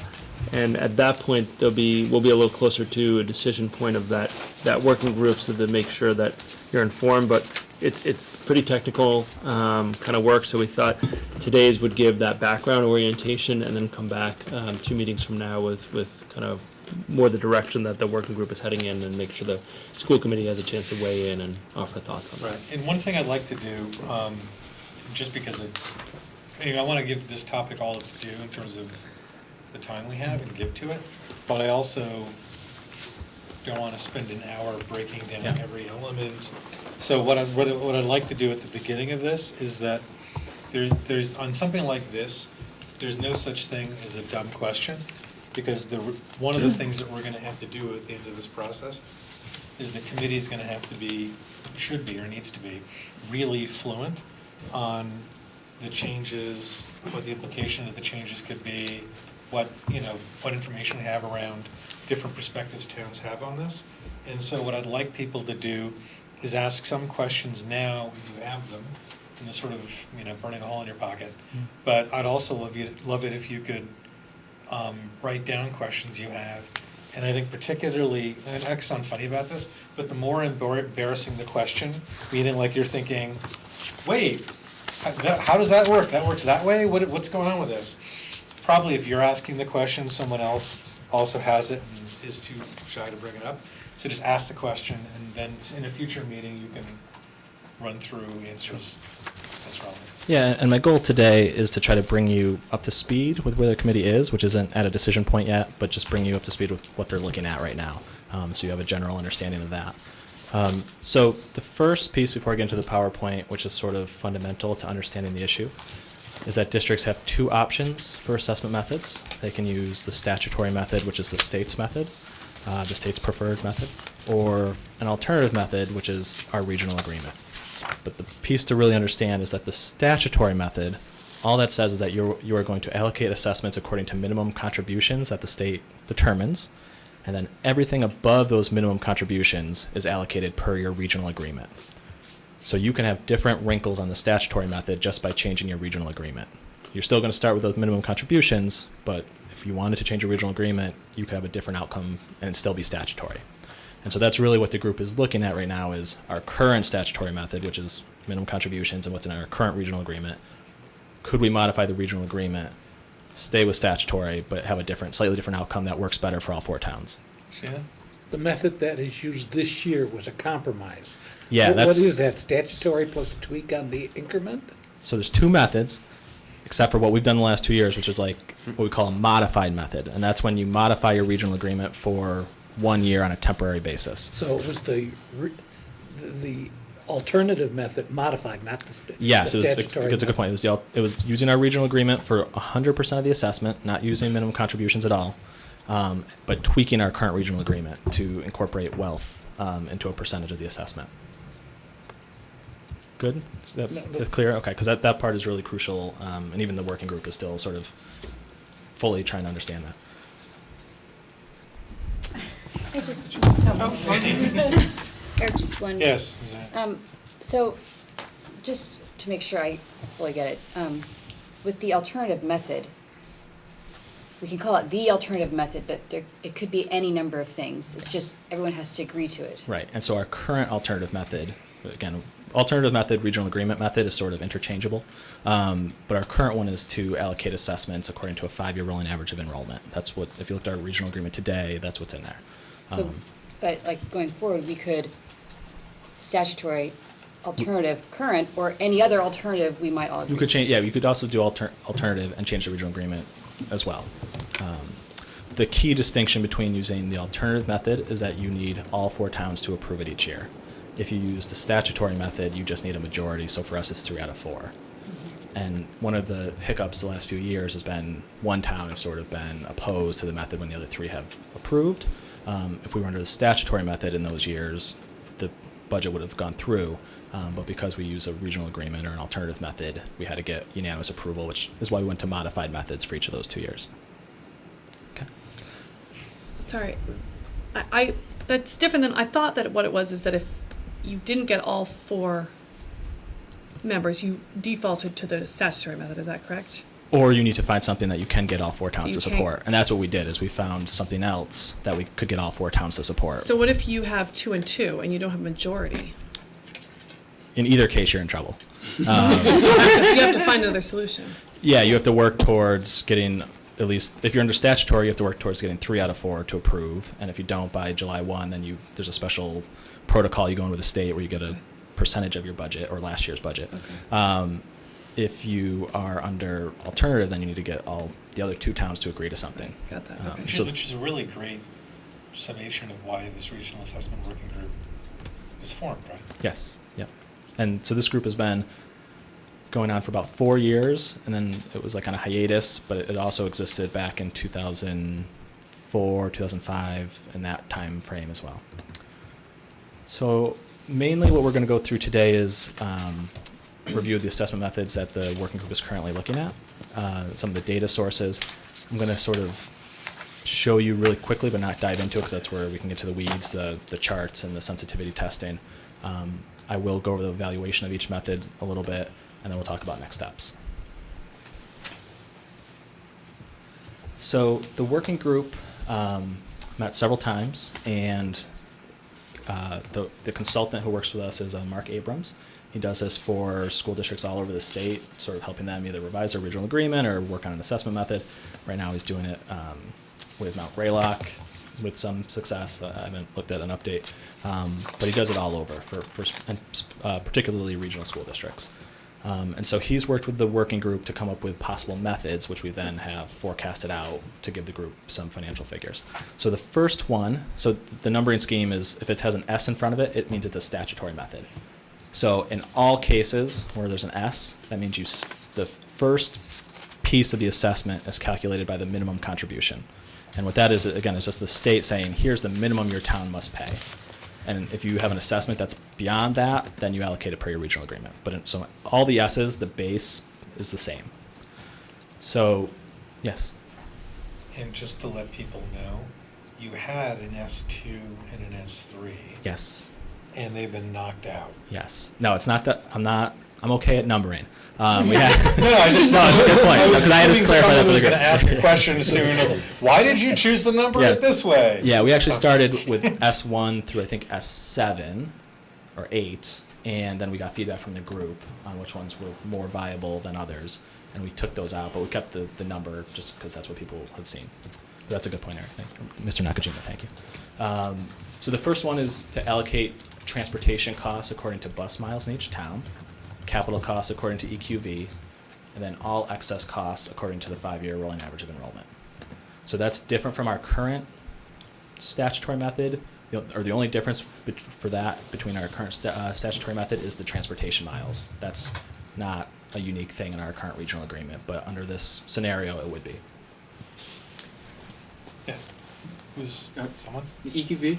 Yes. Oh, EQV is equalized valuations. It's basically a measure of property values in each town. And the 5-year rolling average was the point of contention under the last. More that it was used to allocate the entire assessment. The metric in itself was not contentious. It was just using that to allocate the entire assessment was the point that was debated. So I guess I don't have a good idea about the minimum contribution. So, because that comes into play here, right? You have Yeah. minimum contribution. So you're assuming then that all the transportation costs are on top of that, Yes. separate, then all of the capital costs are separate again Yeah. from that minimum. Yeah, so it's everything above the minimum contribution. So again, so to give you some perspective, the minimum contribution represents about 60 to 65% of our current assessment. So that means that leaves 35 to 40% of the assessment to be allocated by the regional agreement. And the capital costs currently, Currently, capital costs in either method are by EQV. There's not much capital in our operating budget, so it's a very small piece. Right, that's what I was It's like less than thinking. 1% or Okay. 2%, just because our capital is outside of that. right, okay. So that was the first method. S4 is actually our current statutory method. So that's in there just as sort of a comparison point, but that is our current statutory method if we were to use it. We haven't used it yet, but if we were to go with statutory, that's what it would be.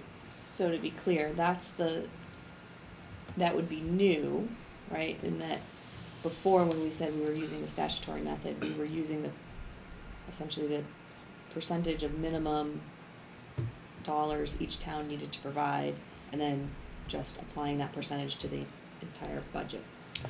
No, Right? no, it would have been the same. It would, when we looked at sort of comparisons in the past, when we would compare our regional agreement method to the statutory method, it was still allocated this way. We have looked at that as a potential, but it typically results in wacky figures. And can I just, for the sake of it, confirm something? Mhm. The reason why that was that's the current statutory method, Yeah. is because with the statutory method, you're taking the minimum contributions required for each town Yep. participating, and then above it, it's, the funds are allocated according to whatever's in your regional agreement, And that's what's which in our, happens to be the 5-year rolling average. yep, with the small capital piece by EQV. With a small capital piece. Yeah. So the point is, that is currently the default position. Yes. Okay. Yep. The next one, so we'll talk about data sources in a second. So we try to think of other data sources that measure wealth that might work for our region. The important piece to remember is that the minimum contribution itself is a measure of wealth, because the components that go into it are income and EQV, along with many other things. It's a very complicated formula, but the minimum contribution itself is a measure of wealth. So when we allocate beyond that, according to wealth, it's allocating an even higher percentage of the assessment based on wealth as opposed to sort of a unit cost. The EQV is a shortcut for the wealth of the community? It's one measure, it's one way you can measure wealth. It's not, Okay. there's no one single measure, but that's a measure that the state puts a lot of weight on, because it correlates in some ways to how much property tax the town will collect. So S5 was to allocate all excess costs according to a 50-50 composite of EQV and median aggregate income. And so median aggregate income comes from the census, and people were talking about trying to get a feel for, well, some towns have really wealthy people at the top that kind of skew EQV. We want to get a sense more of what's in the middle for each town. So that's where that one came from. S6 is allocate all excess costs according to a 50-50 composite of 5-year rolling average of enrollment and room under the levy limit. And the thought process behind that was that many of our towns are getting close to the cap on what you can actually raise in taxes. That's $25, and our towns are all between 20 and 22-ish. And so one thought was maybe we should look at ability to pay as physically or literally how much taxing capacity each town has. And then we also added a couple more S's since this meeting, just so you know. There's an S9 and an S10.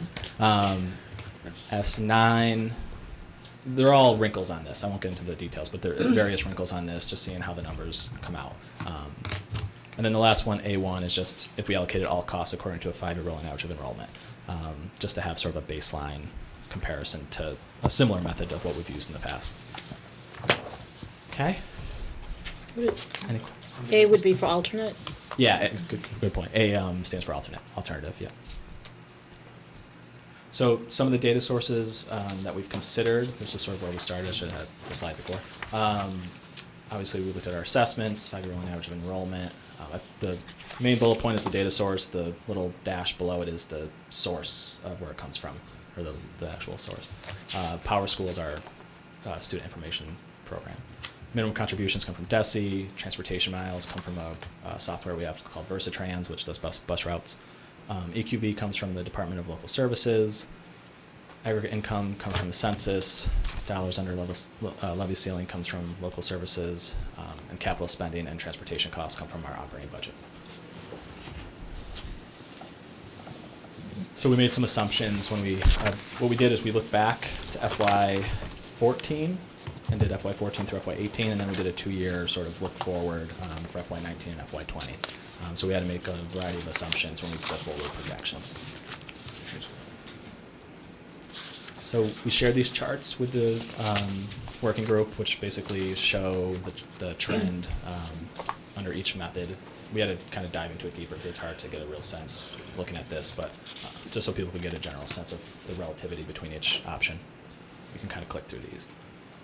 So this one, there's another comparison. This looked at each method over the 5 look-back years relative to the actual assessment. So how would the assessment under each method compare to what we actually assessed you?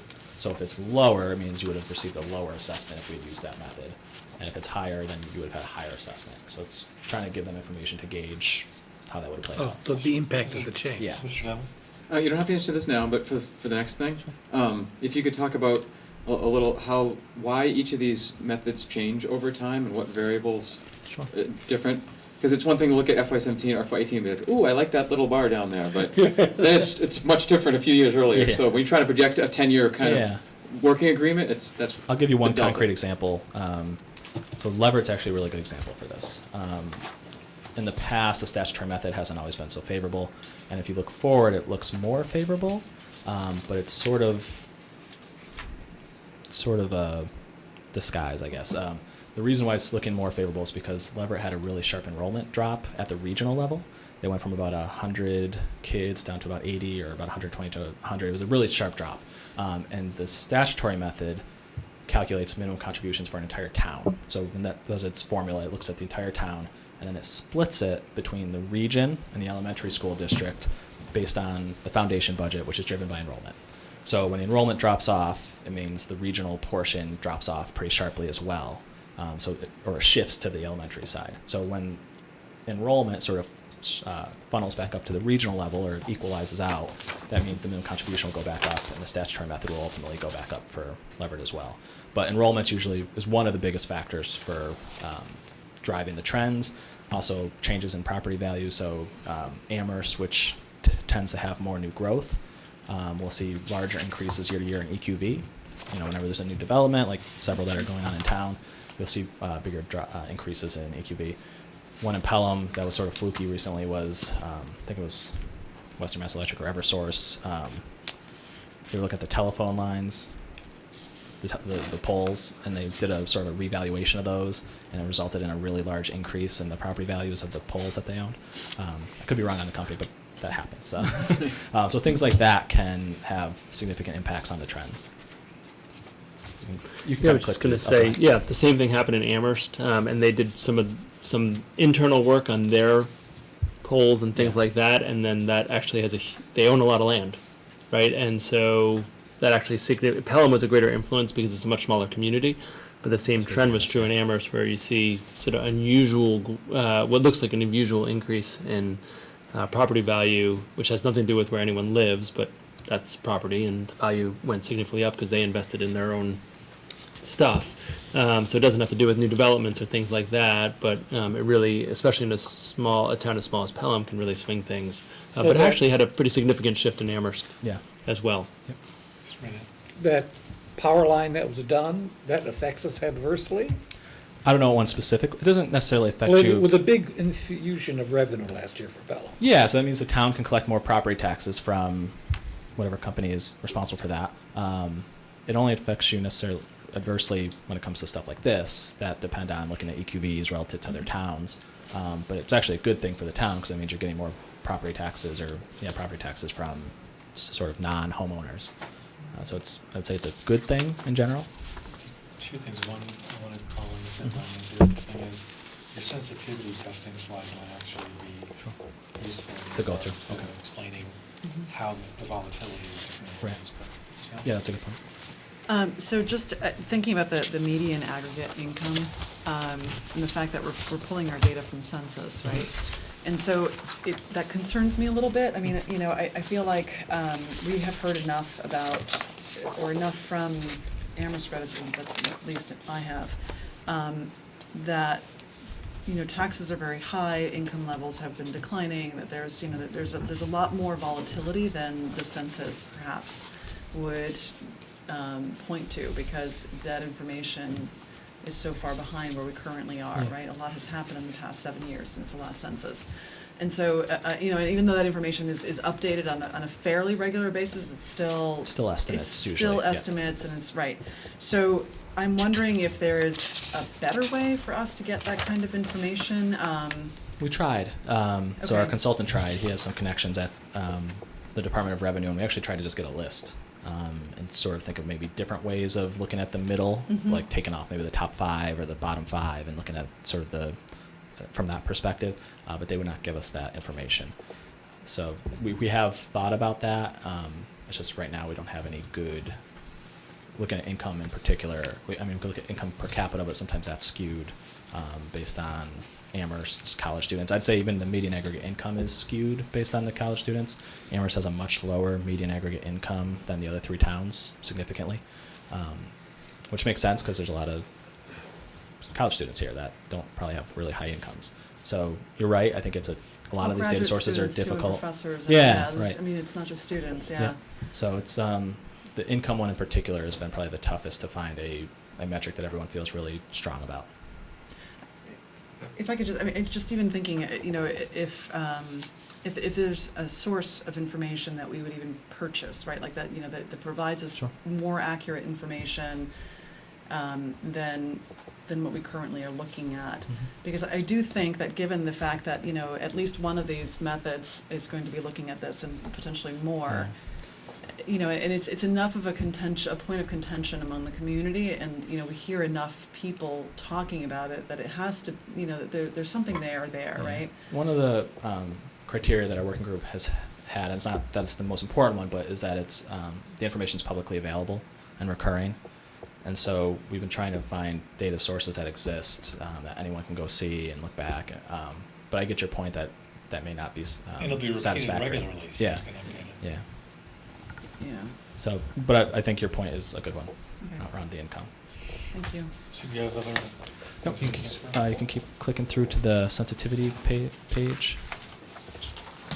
Keep I'll going. go slowly Yeah. just so that Yeah, the sure. other towns can at least see their data. Digest. Yeah.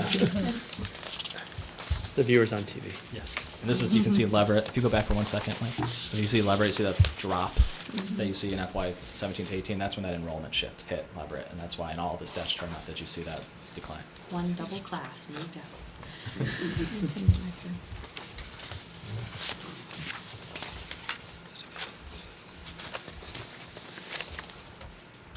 So, to Mr. Demling's question, we did some sensitivity testing, and we sort of picked certain variables and tweaked them for one town and looked at what that would mean for the whole region or all 4 towns. And we did different, just to spread it around, we looked at different variables for different towns. So, for example, one thing we looked at is if Shutesbury had a 10% EQB increase, what would that mean for the rest of the towns, including Shutesbury? So for, in this case, Shutesbury's assessment would go up quite a bit, the most under S5, and the reason why is because that one has the most based on EQB, because it has the minimum contribution, which is EQB, but also the 50-50 composite, which includes EQB. And then you can see the other towns go down if Shutesbury's share goes up.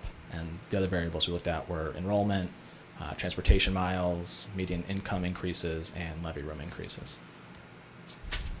And there's been, some towns have asked for more scenarios, which we've provided to the working group. Explain the Pelham chart. I find it very interesting because it's large. Yes. So that is a 10% enrollment increase for Pelham, and again, because Pelham's enrollment is so, most of Pelham's assessment is driven by enrollment. So in all the statutory options, the reason why it's so large is because it's moving, again, the region portion of the minimum contribution is growing. Now that's only part of the assessment because the excess is allocated by other things. But when you get to A1, which is all enrollment, then you see it go up even more. That's sort of the theory behind those. But for Pelham, just because few kids can make a really big difference. But am I right, though, that if you did a 10% increase in any of the other towns? Yeah, it would have a similar might not have been effect. as startling, but it still would have been. It would have a similar effect. Pretty Yeah. similar. Yeah. Right. That's what makes it illustrative, though. It's Yeah. not just picking on a particular town. Any other? Oh, Yes, I Ms. see. Zuckerman? Oh, yeah. Okay. So Sorry, there's a flash flood warning in this area until 1:30, looks like. I can make this go on for a while. No, thank you. Yeah, So, to Mr. Menino's point, I think particularly about the enrollment increase being more significant than the other ones. I mean, I think the theory behind that is that kind of a belief of some of the members of the region that enrollment should have the number of students that are in the district should have a disproportionate impact on what the towns are paying, as opposed to some of the other variables which are less directly connected to who's in our schools, right? So that's, when you look at the A1, and I'm not advocating this is just a fact, like, right, so that was that alternative model was really focused on, everyone pays the same amount per pupil, and it's basically based on how many kids come to the region from the member towns. And it's more muted in the statutory methods because that's not the primary factor. But the reason it's, in my opinion, it's so much greater is because there's kind of a shared agreement that the number of students from each town should have some significant influence on what each town pays. You can go to the next one. Yep. So we did an evaluation of each method relative to the working group's criteria. We did emphasize with the group that we didn't want this to be sort of the decision-making process. We just wanted this to maybe guide some discussion and conversation, but really it's up to them to do the evaluation on how they feel as each individual town. Give that feedback to the consultant who ultimately make a recommendation at the end of the process. So if you look at this sort of loose evaluation, the lower the score, the better. We sort of did a 1, 2, as 1 being the best, 2, it's okay. In some cases, we use a 3 if we had to differentiate even more. But under this scenario, if you toss out the alternate, because I'll just say the alternate is purely for comparison purposes, it doesn't have real viability with this working group. The 2 lowest were S1 and S4. But very close. I wouldn't say it's low enough, or it's a bit wide enough margin where it's like those are the 2 that we need to focus on. I think this group's still looking at all of them. Were those criteria all weighted equally? Yes. Yep. Will the working group be making a recommendation at the end of this whole process, one way or another? Yeah, so gotta think about. So the consultant will be making a recommendation of one single method to the working group. Then it will be the working group's job to sort of digest and do a little bit more work and decide how they want to either communicate that back to their towns and the regional school committee, whether they accept it or don't accept it.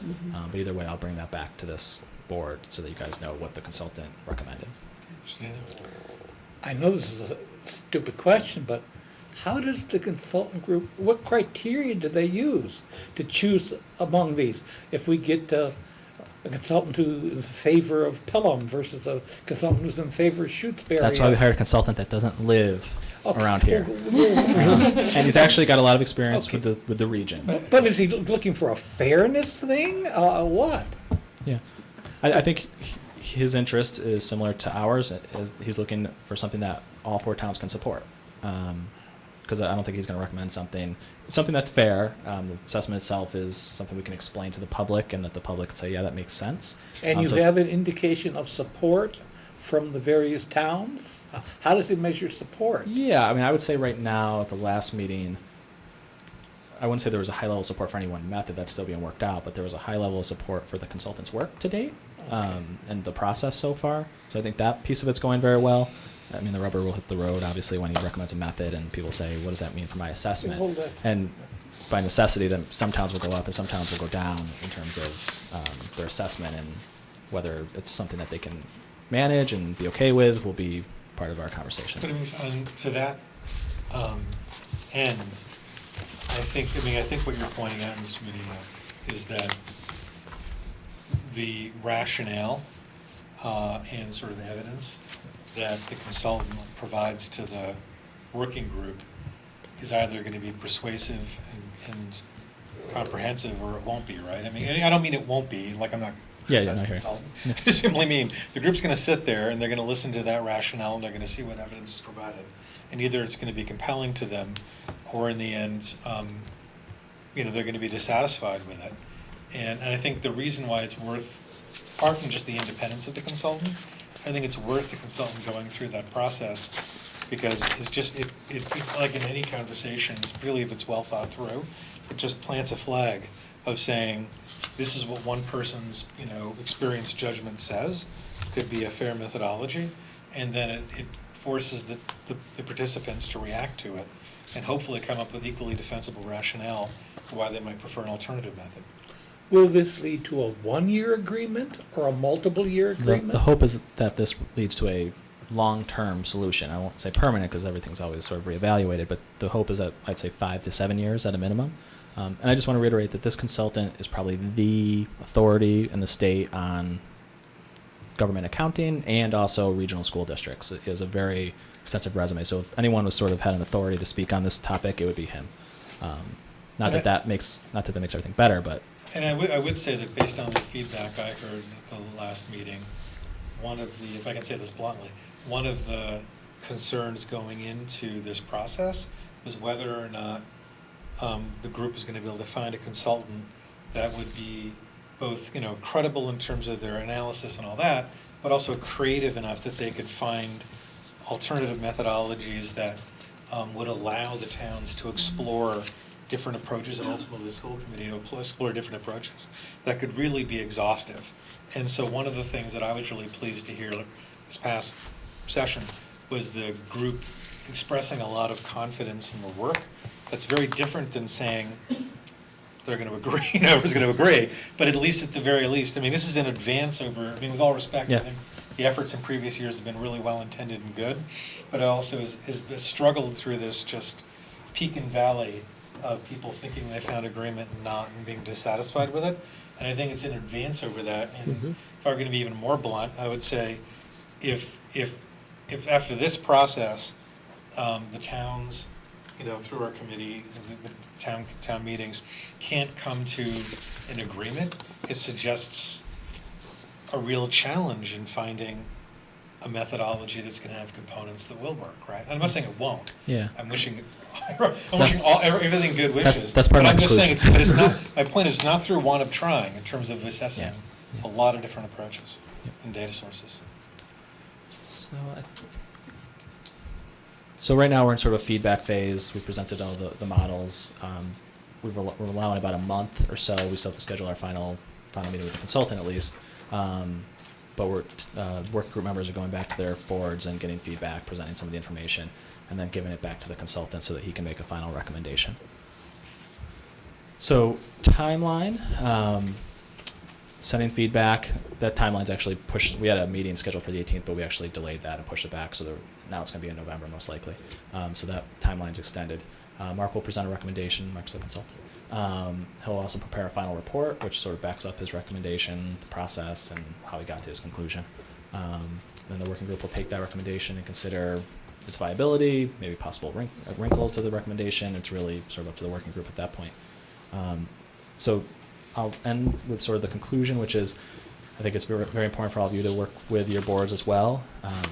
The one sort of key piece is that if we go with our current option for statutory, which is the S4, we're already expecting a difficult budget year for FY19. S4 makes that much worse. The reason why is because S4 really increases the assessment to the town of Amherst by a really significant amount, roughly $400,000, which means that whatever their guidance that comes out, I think we heard 2.5%, it would make it that much harder to get our budget down to the 2.5% guidance that Amherst is issuing, that the Finance Committee has released, or that the town staff have released. So I think everyone's sort of interested in not going with our default method or seeing how we can make that work. But I think there is some urgency to sort of reach a new method this year, because if we go that way, it's going to make a very, very difficult budget year for FY19. I don't want to add more wrinkles. However, has there been some discussion about if we choose a method and there will undoubtedly be a substantial change to at least one of the 4-member towns, that we would have some short-term agreement to sort of buffer the change to get us onto the new road? Yeah, that came up at the last meeting, and I think everyone was sort of supportive of the idea of if we agree to a method, we like it, but it's a really sort of unmanageable increase for 1 year, a couple of years, that we'd have a transition plan of some sort. Okay. Thank you. Thank you very much. Thank you. Thanks, Sean. Lots of work, I know. The nice thing about it is putting that item as late in the meeting as possible. Of course, be able to force like numbers, jargon, different methods. We could have had the gourds and the chicken biryani or something, but that would have been bad to Mr. Harp. Budget guidance goals review.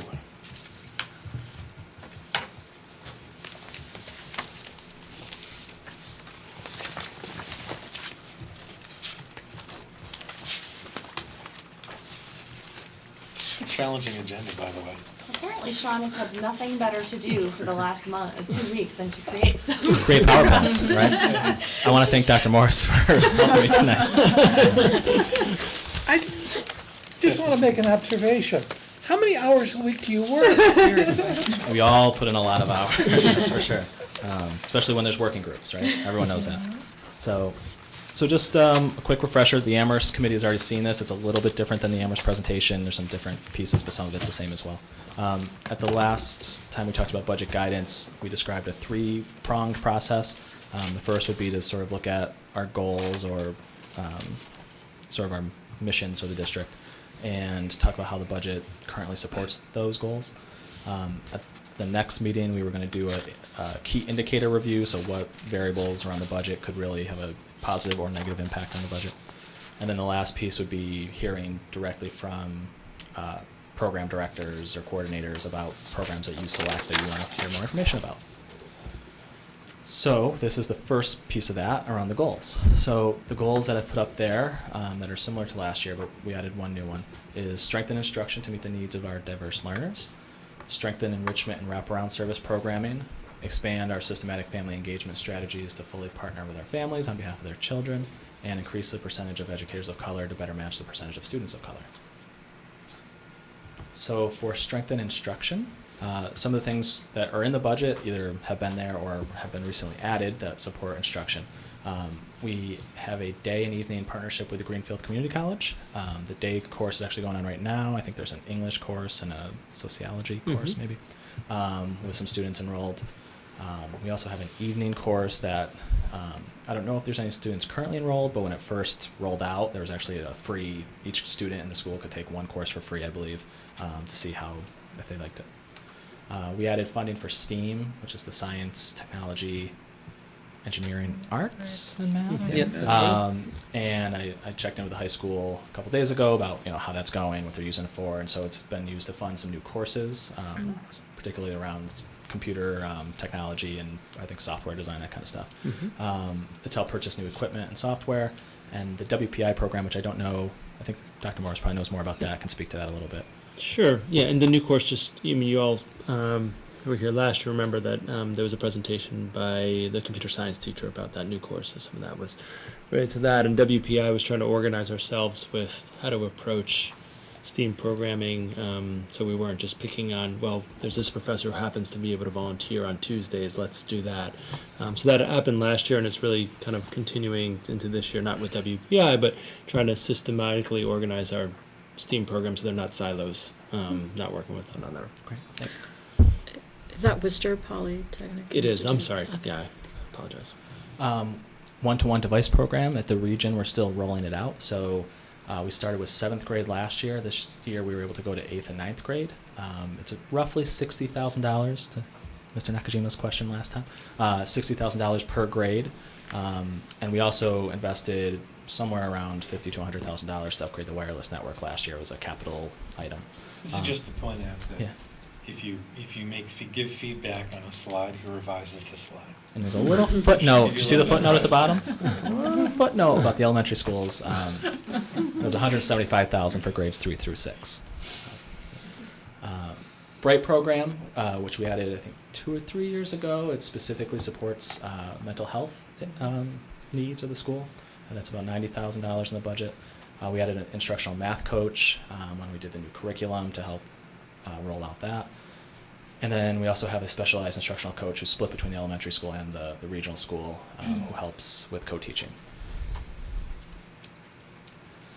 So shifting to enrichment and wraparound services. So I think a lot of the sort of strength and instruction were high school oriented, and I'll say a lot of these are more middle school oriented, just the way it sort of has happened over the years.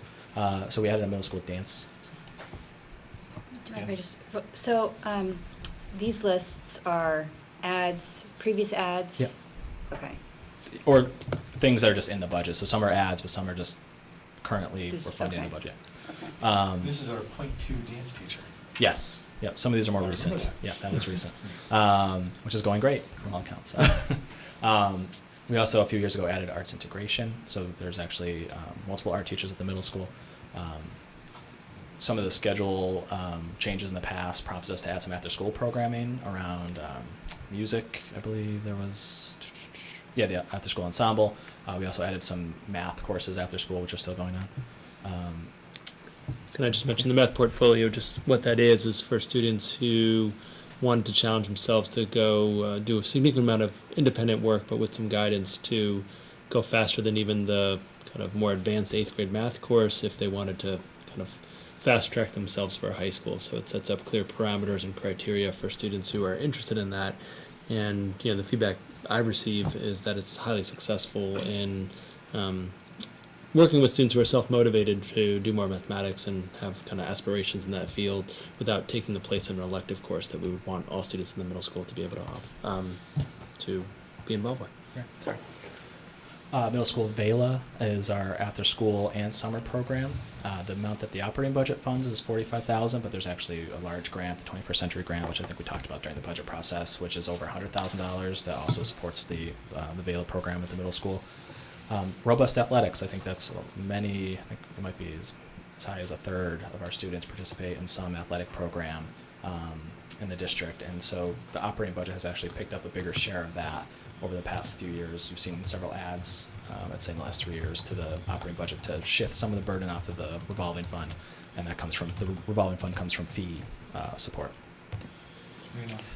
Robust versus plain athletics? So what I would say is Amherst has a unique array of athletic programs. I believe we have over 50 teams, and we also have athletics in 7th and 8th grade, which not a lot of school districts have the level of athletic teams and sports that we have. Robust clubs as well, so sort of the other after-school opportunity usually for students is either athletics or clubs, and we have lots of clubs. And at some point, I think this year I'm actually going to bring you a list of clubs because it relates to student activities, and we have to do some work around that. But we have many, many clubs that teachers at our high school usually run that support after-school opportunities for students. Family engagement. So Family Center is currently in our budget at $80,000. They do sort of fundraising around homeless families, Project Backpack. They also do community outreach, service providing, dental vans more at the elementary level, I believe, but they do computer repurposing when our computers sort of get beyond their useful life. They help sort of match those devices, which are still functional with students who may need them. We added recently $70,000 for the restorative practices, which sort of isn't directly family engagement, but I'm sure it will have some links to family engagement. And then the Amherst Together program, which is now obviously over, but it was an investment from FY15 to 17, which put on numerous family engagement opportunities, movie nights, things like that, and that cost $25,000 per year. And then Just very quickly on that last point, that program has ended though, is yes. that right? Okay. Yeah. So When it this was is- originally set up, it was a 3-year program. Right. Yeah. And then the last one, and this is more things we're working on now and changes that have been made recently, is increase percentage educators of color, increase the percentage of educators of color. So we modified the human resources director position last year, and we got Ms. Cunningham, which is amazing, and linked that position to equity and diversity.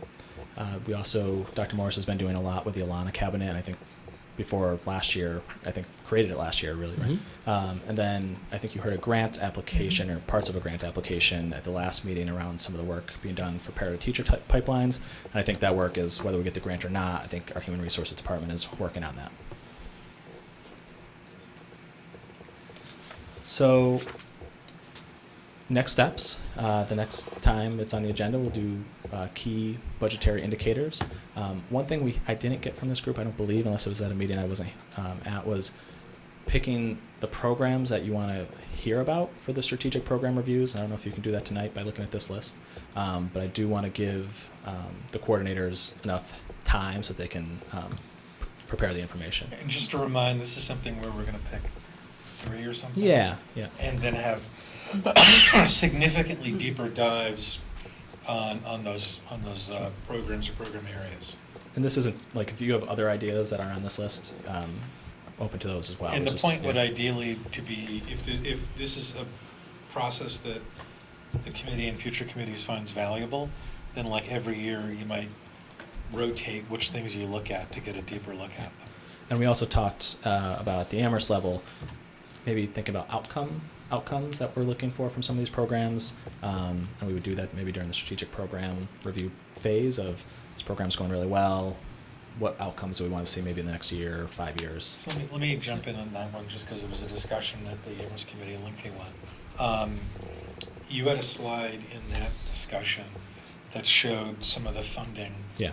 I forget which program it is now, actually. Before But- school, after school as well. There you go, thank you. Yeah. And it's sort of ramping up, and it was over enough sequential fiscal years that it struck a few members of the committee when they looked at it immediately was, hey, there was something that was identified as being important.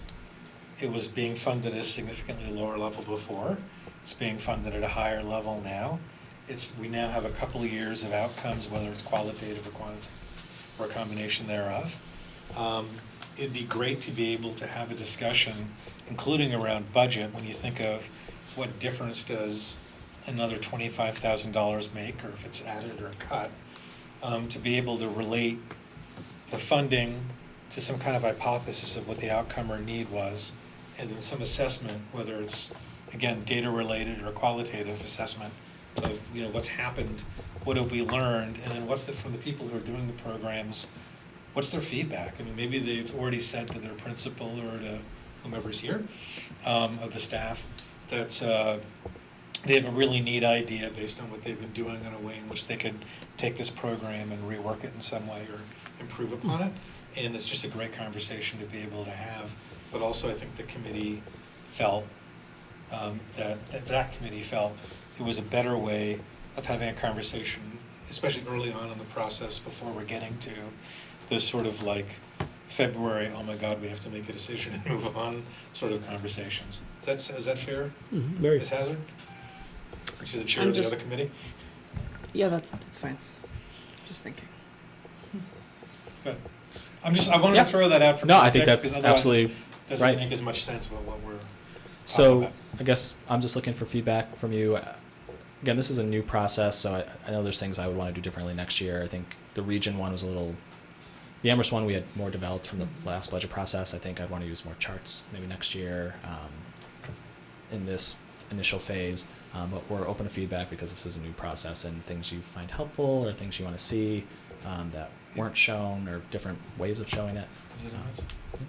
So you're asking for feedback on the program reviews, like what we would potentially want to hear more So of? both, yeah, Okay. program reviews and in general, sort of this first leg of Sure. the budget guidance process. So just, off the top of my head, based on the conversation that we just had with you, I would say that a couple things stand out for me. One is the IS, the bandwidth upgrade and wireless upgrade, because it seems to me a significant amount of money that was contributed on that, and so just want to know a little bit more about that.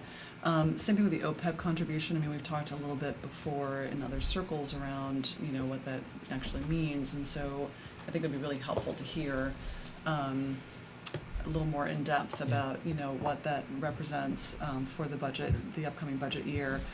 And then I think in terms of like key budgetary indicators,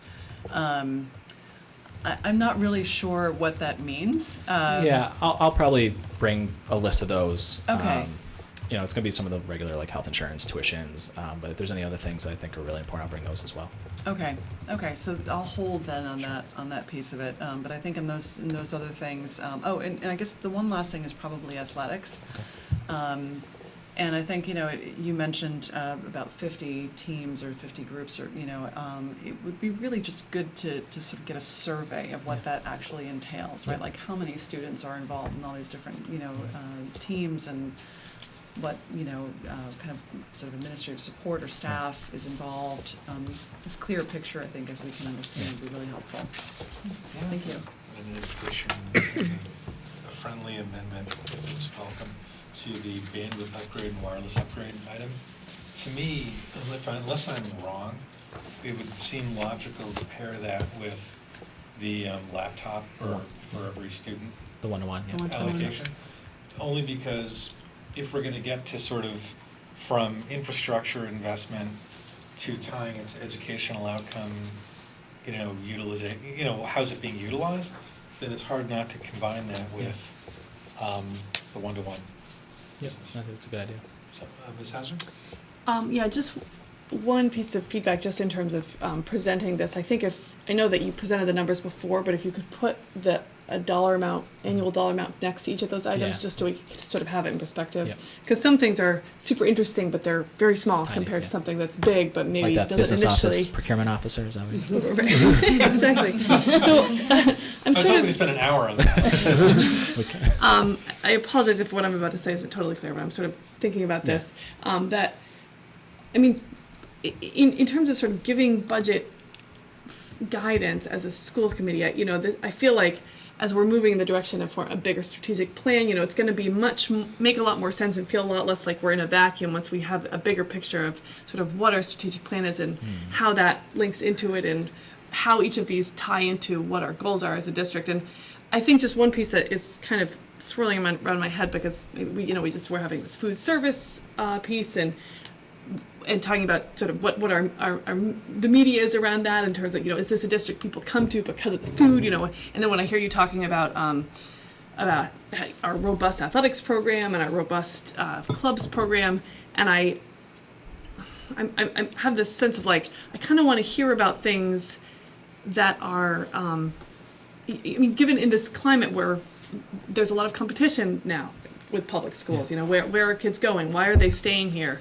And, the fact that I don't sort of have it on the tip of my tongue, our athletics program is, how does it compare to the other districts around? Why is this, do people come here specifically because we have so many different athletics? Like, I feel like that's something that I want to hear about, and if that's the case, then that's something I want to think about in terms of our budget and how that's going to bring kids in. So, does that, Yeah.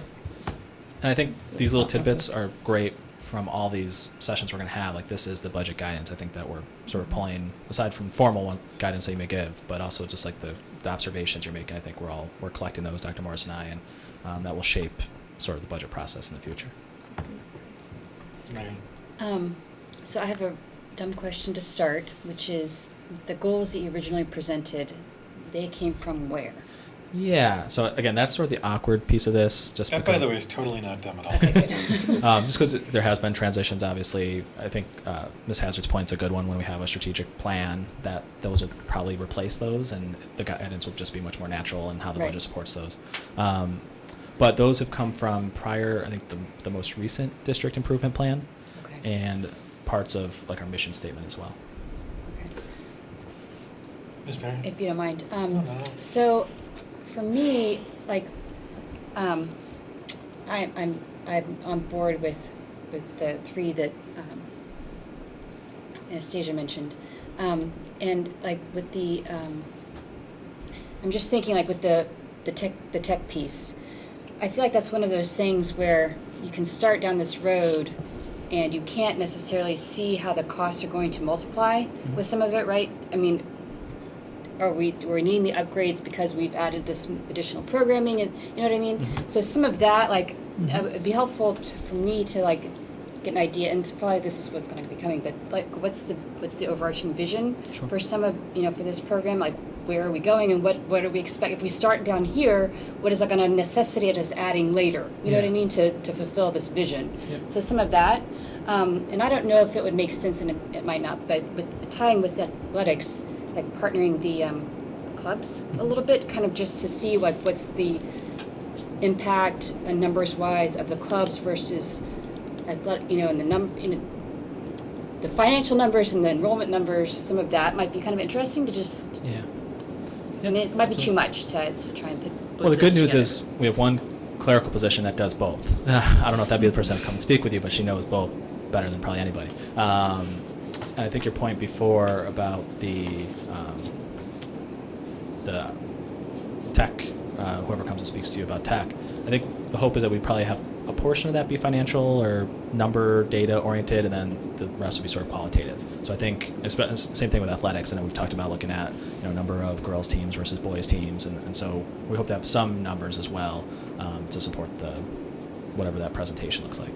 Dr. Morris? Just very briefly on that point, I think it's a really good one, and to use as an example the one-to-one, right? So that what Mr. Mangano showed is the cost, but there was also we didn't buy other machines that were more expensive. So there is some offsets. So that's the cost of the machines, but I think your point is, well, that's good to know, but it's also good to know if we didn't do this, we wouldn't have not had computers, right? And the leasing cycles ends, or computers outlive their typical lifespan, and we would have had to do something. So I think having a little more context for kind of the real costs and then the long-term costs of if we're going to add this every grade level, what's that going to be on an ongoing basis, and what's the annual maintenance, and things happen to Chromebooks, and what do we do about that? So I think just giving you all providing more context for you all makes a lot of sense. I just want to add to that, though, that my assumption is when you do one-to-one, first off, one-to-one was going to put pressure, especially because the Chromebooks, we need a lot of stuff in the cloud and internet access. That's going to put pressure on your wireless network, right?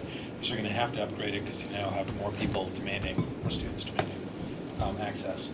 But kind of like when we were, I don't know how many months ago, we had a presentation about this library and the website and the databases that were available and the curriculum guides and sort of the interactive elements of it. And to me, if I'm going to push the subject and even know, what are the sort of the cascading implications for it, to me, that works on both sides. I mean, one is something that may push costs. The other side of it, or training and professional development. The other side is it may be already opening up opportunities for instruction and access to information, or for kids who might have more challenges doing homework at home, who now, because they have a Chromebook, can find times to be getting a head start on it before they go home, especially if they're going home to Shutesbury. So, dude, I can say that better than most people. So anyway, Yeah, that's true. that is very true. The internet's a little spotty. No, I think this is the end of the presentation, so unless there's other feedback. Any other also, could you welcome an email on that such? Yeah, any feedback? No, but I mean, including Sunday? the Yeah. 3 and stuff if you don't have. Sure. We don't have this, do we? We don't. No, we don't. Can we get this? Yep. Have an email to us? Yep.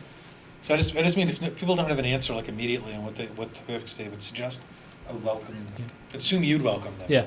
Anyway, So, Kusinski. I think this is a great list. I'm also clearly lacking knowledge of all the different programs we offer in the regional district. I will go back to what was here 20 years ago, and Sean continues to tell me it's not the same. Similar? So I don't know if there's a course listing even that's available online that you could point me to, that just sort of gives me an idea of what things we are offering our kids, Yep. because that might prompt me to ask a different question. So I'll make sure. Oh, I'm sorry. Please. Okay. We can make sure we'll email the committee the course guides for the middle school and high school. They're on the website, but just make it easier. We'll just send you the links Do tomorrow you morning. have a list of clubs and athletic teams too? It's not as easily accessible to athletics, a little I was just easier than the wondering. clubs. No, Be a absolutely. good thing too. Athletics easy, clubs less easy. Okay. Ms. Dominic? All right, I think, is GCC the only dual enrollment program that we have? Or do we have something with Amherst College or UMass Amherst? So, GCC, what it means dual enrollment is that students fully enrolled as at least a significantly part-time student in both institutions, and working towards, whether it's degree or license or courses that bear credit. We do have a relationship with Amherst College that we've had for quite a while that's specific to a course or a small set of courses, but it's not students are not Amherst College students. It's not a dual enrollment course. At UMass, the relationship involves payment, so it's not much of a partnership. I'll leave it there. I could go on for a bit, but This program is free for the students. The course is free and the textbooks are provided.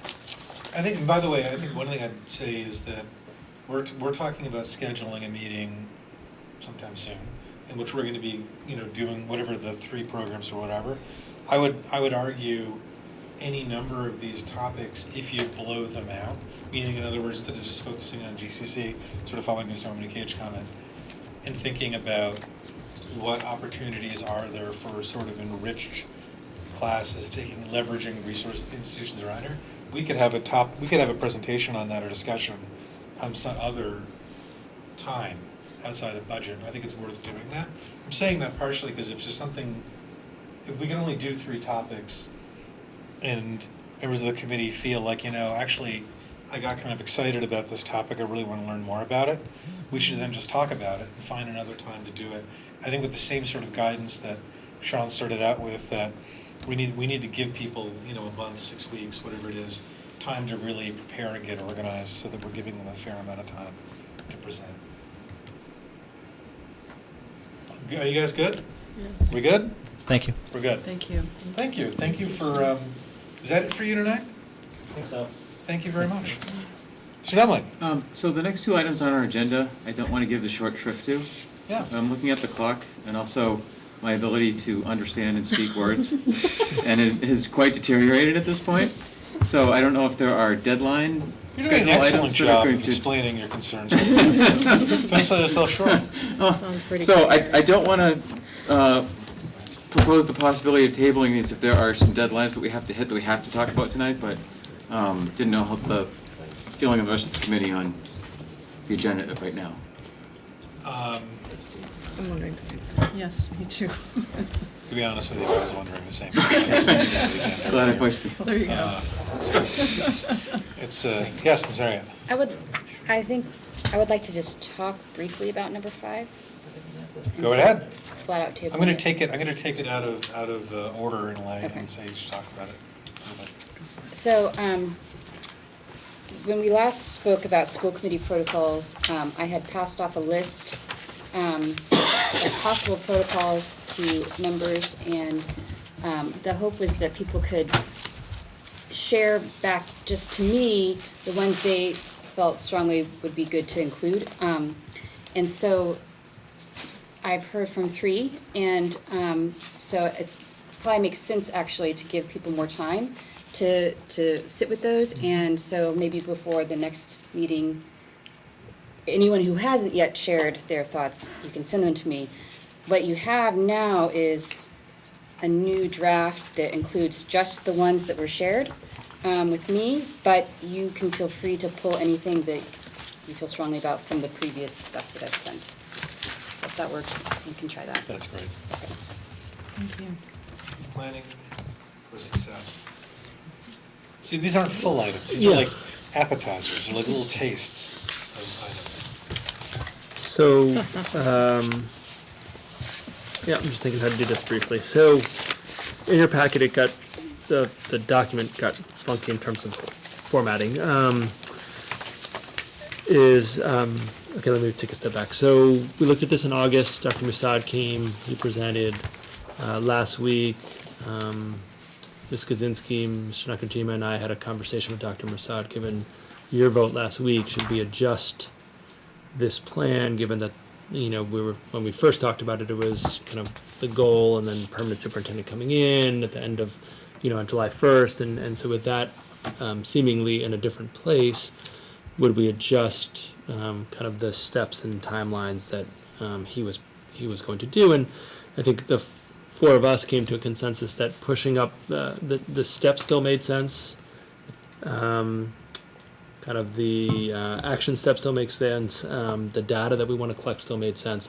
We're pushing up the timeline so they could be considered a little bit earlier, so that they really could inform summer work next year to develop a more long-range plan and not just have this data collection process, but actually some level of output that goes beyond collection made sense. So we shifted the timeline a bit, or he shifted this timeline a bit at our request to end this process by early May 11th, so that the committee would have time to review this report well before the summer, so that the summer work could really be action focused instead of the summer being digesting, when the committees typically tend to meet less frequently. So that's the big shift from what was originally presented to now. I know this is a larger topic, so I feel sort of awkward, but I think from Dr. Musad's point of view, he really does need feedback, because he plans to start very soon on this work, unless he receives feedback that leads him to a different conclusion, that there's some adjustments that need to be made. I don't think that needs to be made in a whole group meeting at 10:13 necessarily, so I defer to the chair and vice chair, but I'm wondering if we do some small comments now, and if there's individual feedback that, if you're comfortable, I'll collect it and share it with Dr. Musad and can maybe come back to next meeting if there's market changes, to share those I with would you. actually prefer that, because I think there's Yeah. enough information in here. Yeah. That it's, unless somebody's really deliberated over it already, Yeah. I'm not really, speaking for myself, I'm not actually interested in getting somebody's gut reaction to something Yeah. they've just seen, unless they've spent a lot of time with it. My Yes. only feedback would be when we talk to him, there's a few things that have question marks that I think he's specifically looking for our feedback. Yep. So when you read it, if you have some opinion specifically for those, I think that would be most welcome. And I think this is something that reminds me, maybe we could send the document again independently with a request for feedback to you and any other guidance you have. Great. So that can be sort of an independent thing people get in their inboxes. That'd be helpful. Anything else? Or any other reactions people have right now? Other than Mr. Denling's earlier, which I remember. I heard, I remember.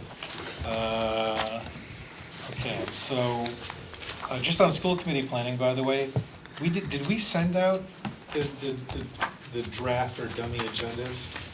We didn't, did we? I sent them to, No, I mean, we didn't send them out to the committee as a whole. No, no. So we gotta do that. So, we heard, the response of things people wanted on the agenda. There's actually a draft piece of paper that has like 4 or 5 meetings on it, with items listed out that are gonna be dealt with in different meetings. So since you can't respond to that right now, which is kinda neat, because I know you all wanna go home, we're gonna send that out, tomorrow. And, you can respond to it, see if you missed anything. Do we have any gifts? Okay. Then, I'll take a move to adjourn. Moved. Is there a second? Second. Okay, all those in favor, please signify by raising hand. Aye. Carries unanimously. We are adjourned. Amherst needs more signatures. I've done them. Thank you very much. I'm Pass gonna it hand them down. on this way. This is also-